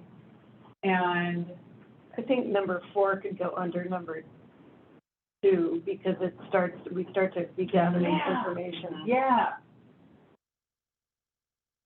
Because that includes previous work along these lines. Okay, awesome. You can just hit tab. I'm scared. I'm just going with my familiar, so I don't go erased. Sorry about that, everybody. Okay, and then the third item is this one of educate committees and assembly members about equity, our role, our capacity, which is, we agreed, is like a separate, discrete piece from and different than number 1. Those are not small things for a first year's body of work that does help us better identify what within meeting basic needs, what within equitable education opportunity, and maybe what within embedding equity in municipal stuff that we need to focus on. Because here's where to Felix's point earlier, where are the gaps, and what is going to be the best use and most strategic use of this committee's time and effort. Yes, Pastor May. I was gonna ask, is number 3 separate and distinct from number 1? Yeah, I think it is. Yeah. Really? I mean, I think it will have to happen at some point, but I think Cameron's right, and like what people said earlier, if we come in, but it was Hannah talking about, how do we come in and safely engage in a way that's gonna be like establishing a productive relationship? Yeah, we're not how here is to that tell you. How is that different from number 1 then? I mean, it almost sounds like it's going to be a natural progression from what happened with interactive. I think when we introduce ourselves with a charter, obviously that provides our equity definition, it provides a lot of information. That's like step 1 in that process, but I think what people were saying is we want to establish that two-way dialogue. And Celeste had mentioned training as well, and so if for instance, if Sonia is willing to come in and bring her expertise to this and say, here are the definitions, here's what this is about, and maybe bring in some resources. And then I think rather than assembly members bringing training opportunities to the assembly, the Ag Equity Committee recommends that the assembly, and here's some resources, here's some information, here's some things. After participating in your committees, here's what we Yeah, right. Here's what we know you need. Committees and commission and staff and, all department everything, right? So ultimately, it's big, that's still like a big separate kind of thing. It's systemic. Okay, here's something that may or may not complicate this one. Do we want to add in community in there as well? Mainly because not that the community was coming to us for equity definitions and concerns, but maybe we've got someone that is brand new to us that has no idea, where to access resources for homelessness or, English as second language or disability services, something that we can provide. And I know Senior Disability Services has something like this, but I think a more comprehensive list that we could somehow provide, like on the website or. Give it to the chief equity officer, and they can put it on their website. It can be that support system for right now to be able to say, hey, Junior, here's some things maybe you want to put on your website and offer. And We're doing that for the state, for the peer leader navigator, so that they have the resources to get all the basic stuff in plain language. I think you've seen it. It's awesome. Facebook, it's awesome. I have my students that look at it. Oh, good. Thank you for saying that, because it's so much work. My non-English speaking students that look at it. I mean, I think that we've talked about the relationship with the administration is challenging, but I do think that, literally, this is the entire page right now of the Office of Equity and Justice. There's not a link, there's no resources, there's no information, there's nothing at all, right? Yeah, and so even at the very least, this committee could help to support that and say, here's some things we would like you to consider putting on that page, and so that people would have something there, and linking the two pages, linking this committee page to that page.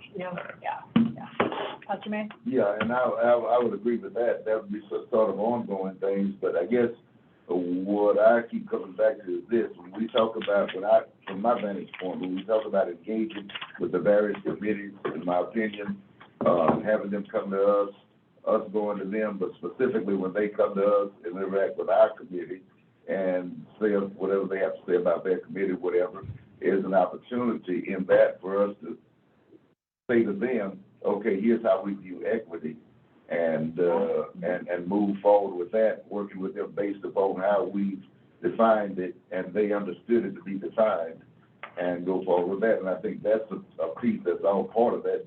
Yeah. Step. It's sort of almost like the operational guidelines or your guiding principles for how each of you agree to function as a committee. Okay, we are just about like 2 minutes from our time and want to honor the rest of your Saturday. So here's where we're at. We did the front end of our agenda and got to these three kind of looking good, informed by all of this other discussion, potential activities to focus on in 2023. And we have a list of assignments actually related to at least one of those, with who can potentially sit and go visit with these other committees as we get a better handle on the schedule. So immediate next steps. Should we talk a little bit about that? What we're missing from today is, and maybe it's the part 2 dialogue when we have this condensed into one strategic document, is a discussion about what resources will these require. So that question is still before us once we have a better idea and see it all in one page. Next steps, so there's notes from this committee meeting. What else are you guys doing next or need to do next? So certainly sharing, getting the idea of the calendaring for the committee structure, yes. I just want to say, now I'm Pastor May said it several times, but now I'm really keying into this. It is true that when whoever volunteers to go to these committees, some of these definitions should be ready to go, because I think saying this is what the, you know what I mean, being able to share that, because I think you're going to get some people going, well, how do you define equity, you know? Well, it's in our charter. Yeah, right. So to be able to. That's what she kept saying, it's in the charter, so Right. y'all can read. Right. Yeah, but we want And we can also read it out loud for you. We want to make it in easy bites. Like an elevator. You know, we don't necessarily want them to have to pull out a dictionary on, you know, and an encyclopedia. We do on equity, but we have it inside of our purpose. But we want to give it to them in bite-sized pieces so they can bite it and take it home with them. We have that in a picture and as well as put it on a 2x5 note card. Yep, and we have links to other resources. So, I mean, we spent like 8 months working on the charter, so I don't want to not use that. Because to me, that's the result of our committee deliberation. And at this first meeting, we're not going to pummel them with who we are. We want to hear from them, so we're just going to do our quickie introduction. Here's where you can find more information. We're happy to come back and talk further about it. Yeah, and if they have questions, Done. that's great, and you've got, exactly. And they may also ask the question of what are you focusing on and what are you guys doing this year? And you'll be able to go, bing, bing, bing. Yeah, okay. Other next steps that we should identify. So, I'm happy to help just just kind of clean this up a little bit and get it back out to our committee, so people have a chance to kind of think about it and digest it. And then I would assume at our next committee meeting, we'll make probably big chunk of our agenda for just kind of nailing this down as a group and making sure everybody feels good about it, right? Well, did we, my mind compartmentalizes, and when I think of one, I think of 1, 2, 3 priorities, and are we coming out of this meeting with that? And I guess my subsequent question to that is, are we prioritizing or not prioritizing crisis now? I guess what I heard people say is we're going to do this first part. We're going to go to all the committee meetings. We're going to hear from them, and then we're going to bring that back to the committee and say, here's what health policy's working on, here's what housing's working on, here's what budget's working on, or whatever. Which of those things do we want to put our time into? Okay, that's simultaneously inviting them to our meeting. Yeah. Well, I don't think I didn't hear we're ready to invite them to our meetings. Yeah. I thought that was We're going there first. Correct. Yeah. Yeah. And then I think the next step could be, gosh, public safety is really working on the thing we want to be really a part of, let's invite them to the next 3 meetings, you know? But I think the committee's gonna need to sift through that. Could that after be we do that. accomplished, like you're introducing yourself and then inviting them? Our next committee meeting is X day or whatever that was. But we don't want them all to show up. Don't want, yeah, so Yeah. there'd have to be some, there's a calendaring exercise. Yeah, we just So don't all have of that the, much time. also, you know, hear me now, so all of the umpteen times that I or we have been stated, we spend the rest of the year, across the year, inviting a committee on a monthly basis for a few minutes, 15 minutes to go to our meeting, to get to know them and them to get to know us. So are we doing that or not? Well, I think we're doing this first one, establish a regular structure for engaging with other assembly committees and full assembly. So that could include inviting them to our meetings, but I think what we decided to do first was what Taffy said, what'd you call it? Scouting. Scouting. Yeah, would where come we go out and we meet them, we introduce ourselves, we introduce the committee, find out what they're working on. So we use that term decided loosely. Well, I think it's just, to me, it's just an order of operations I'm because, good, I'm good, yeah, okay. I'm good. Because there's so many committees and we only have so much committee time. So, like, do we want to spend a year hearing from all of them when, like, maybe there's only 3 that we're really that interested in? So I just think we want to do our scouting. Yeah, actually, that was the meeting thinking. But I think we need It's to open get, to them anytime. I think we need to get to know all of them. Yeah, and they can all come, right? We had 3 assembly members last time, that was cool. And, you know, like Austin, I think is planning to come next time as well, so, yeah. Logistically, I just on my phone tried to find my committee and couldn't. So could That we would- get a link, yeah. a link to how we find the So committee to next sign up week for? is Sorry for health logistics. policy, public So, safety. I guess, and I think Kim is sort of getting to this, is the goal that in February, you all come to these committee meetings? Yeah. If that's what you want, it sounds to me like you are wanting a short amount of time on their agendas to introduce yourself, right? But then mostly to listen. But then mostly to listen, right? Yeah. Because you want like 5 minutes at the beginning to say, hi, this is us. Is that accurate? Hi. Okay, then, because we're getting down to the wire, and a lot of committee agendas are pretty full for this month. So if you want those 5 minutes, then Cameron and I will work with the committee chairs to get you those 5 minutes. Okay, well, what Yeah. Cameron suggested, was that we have the clerk's office send that request Yeah, out? what I would just say is that so health policy and public safety are next week on Wednesday, and then community economic development is on Thursday. And so for those ones, those are short notice. Those agendas are already done. But I think we can reach out to the chairs and say, would you mind squeezing in 5 minutes? I mean, if you want to do that, I'm willing to help with that for the February ones. And then, because if you want to get on it now, so that's what I'm trying to figure out. I think that in that case, it would just be one of us calling the chair and saying, would you mind doing this for us? Because it really, it's just going to be, hi, my name is Christy Lent, I'm serving on the equity committee, wanting to come and introduce myself. Here's my charter, pass around my So you're going comments. to send these notes around, so we could work to get the names of the committees, the dates and the time in the notes, get them out to people. And then we'll also put in the phone number to call if you can't attend in person. Most of these are going to be at City Hall, with the exception of some, or maybe at the chambers. So we can try to get that information into this, so that people can have that. Did you say Thursday was also the? Community and economic development from 9 to 10:30. Almost all of them have like people in the audience community or so built into the agenda.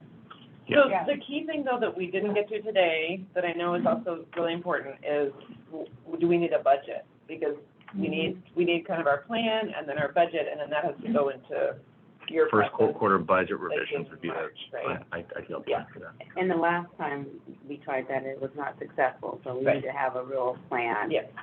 Yeah. So it seems like that needs to be a topic at the next meeting as well. Yeah. So it seems like we might not really hear people's feedback from other committees until March, because February's meeting, I think, has to be on this and the budget, right? Okay, right? And are some of these committees, like, well, It might take a couple months for everybody to get to all this. Is what I'm, like, our. Haven't there might been be- developed yet. Yeah, and they, or inactive. that Exactly. No, Yeah, they like all I said, meet, transportation all of needs those, the ones on this list. Meet every month. monthly, Yeah, Yeah, okay. every month. Same All day right. every month? yeah, same day every month, same time. So the Okay, first, so for there's- health policy. There's some potential here, depending on, I think, this committee's availability to It's the first participate, Wednesday. so. Yeah. Okay. Okay, closing comments, burning questions, what have we not covered before we wrap up? How about anybody on the phone? Sonia, Candace? Not at this time. Actually, I just placed in chat. I'm sorry I have to run, but thank you for the opportunity to participate in this meeting. Thanks, Sonia. And Have a I'm great in weekend. Hawaii, and I love you all, and I have nothing else to say, so I'm going to go outside and enjoy the sun. Bye. Yay, okay, enjoy it. Bye, Candace, thank you. Anybody in the room, yeah, no? So I do have something, and, the letter of support Yeah. that's due, I mean, we need to get that in, so we did vote at the last meeting in support of the letter, and the co-chairs were gonna draft something, so. That wasn't part of the vote. Well, I thought it was. I think I said I would do it. Yeah. I can do it. Yeah. Okay. Yeah. And then the other- With the NIH? Yeah. NIH grant? In the morning, 10 to 11. Yes. And it's the first Wednesday of every month, Carol. And then the other, thing, subject, title, topic, whatever, is the SNAP benefit. Yes. I have a meeting tomorrow with my aide, and we have a brief agenda. Top of the list is do sort of at least a rough draft of one, because it was myself and, what's her name? I met with her and I was like, we can work on that. So my aide and I are gonna bust out at least a rough draft of what we might want a letter to the editor to look like on that. Can you think about a resolution? Oh, for the assembly to do a resolution. Is that possible? Keep it in mind. Possible, so, I will say, for the assembly, the health policy committee, which meets on, Wednesday from 10 to 11. thanks, on February 1, there,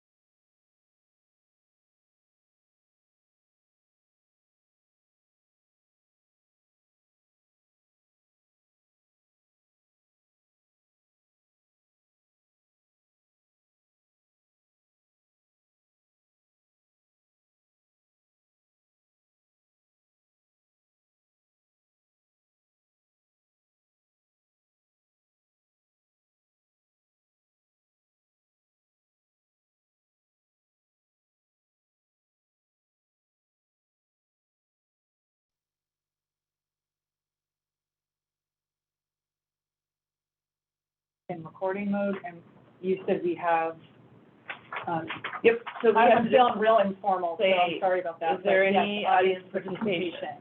Yes. Anyone online? It's an open meeting. Okay, are you required to call it audience? We have to say that.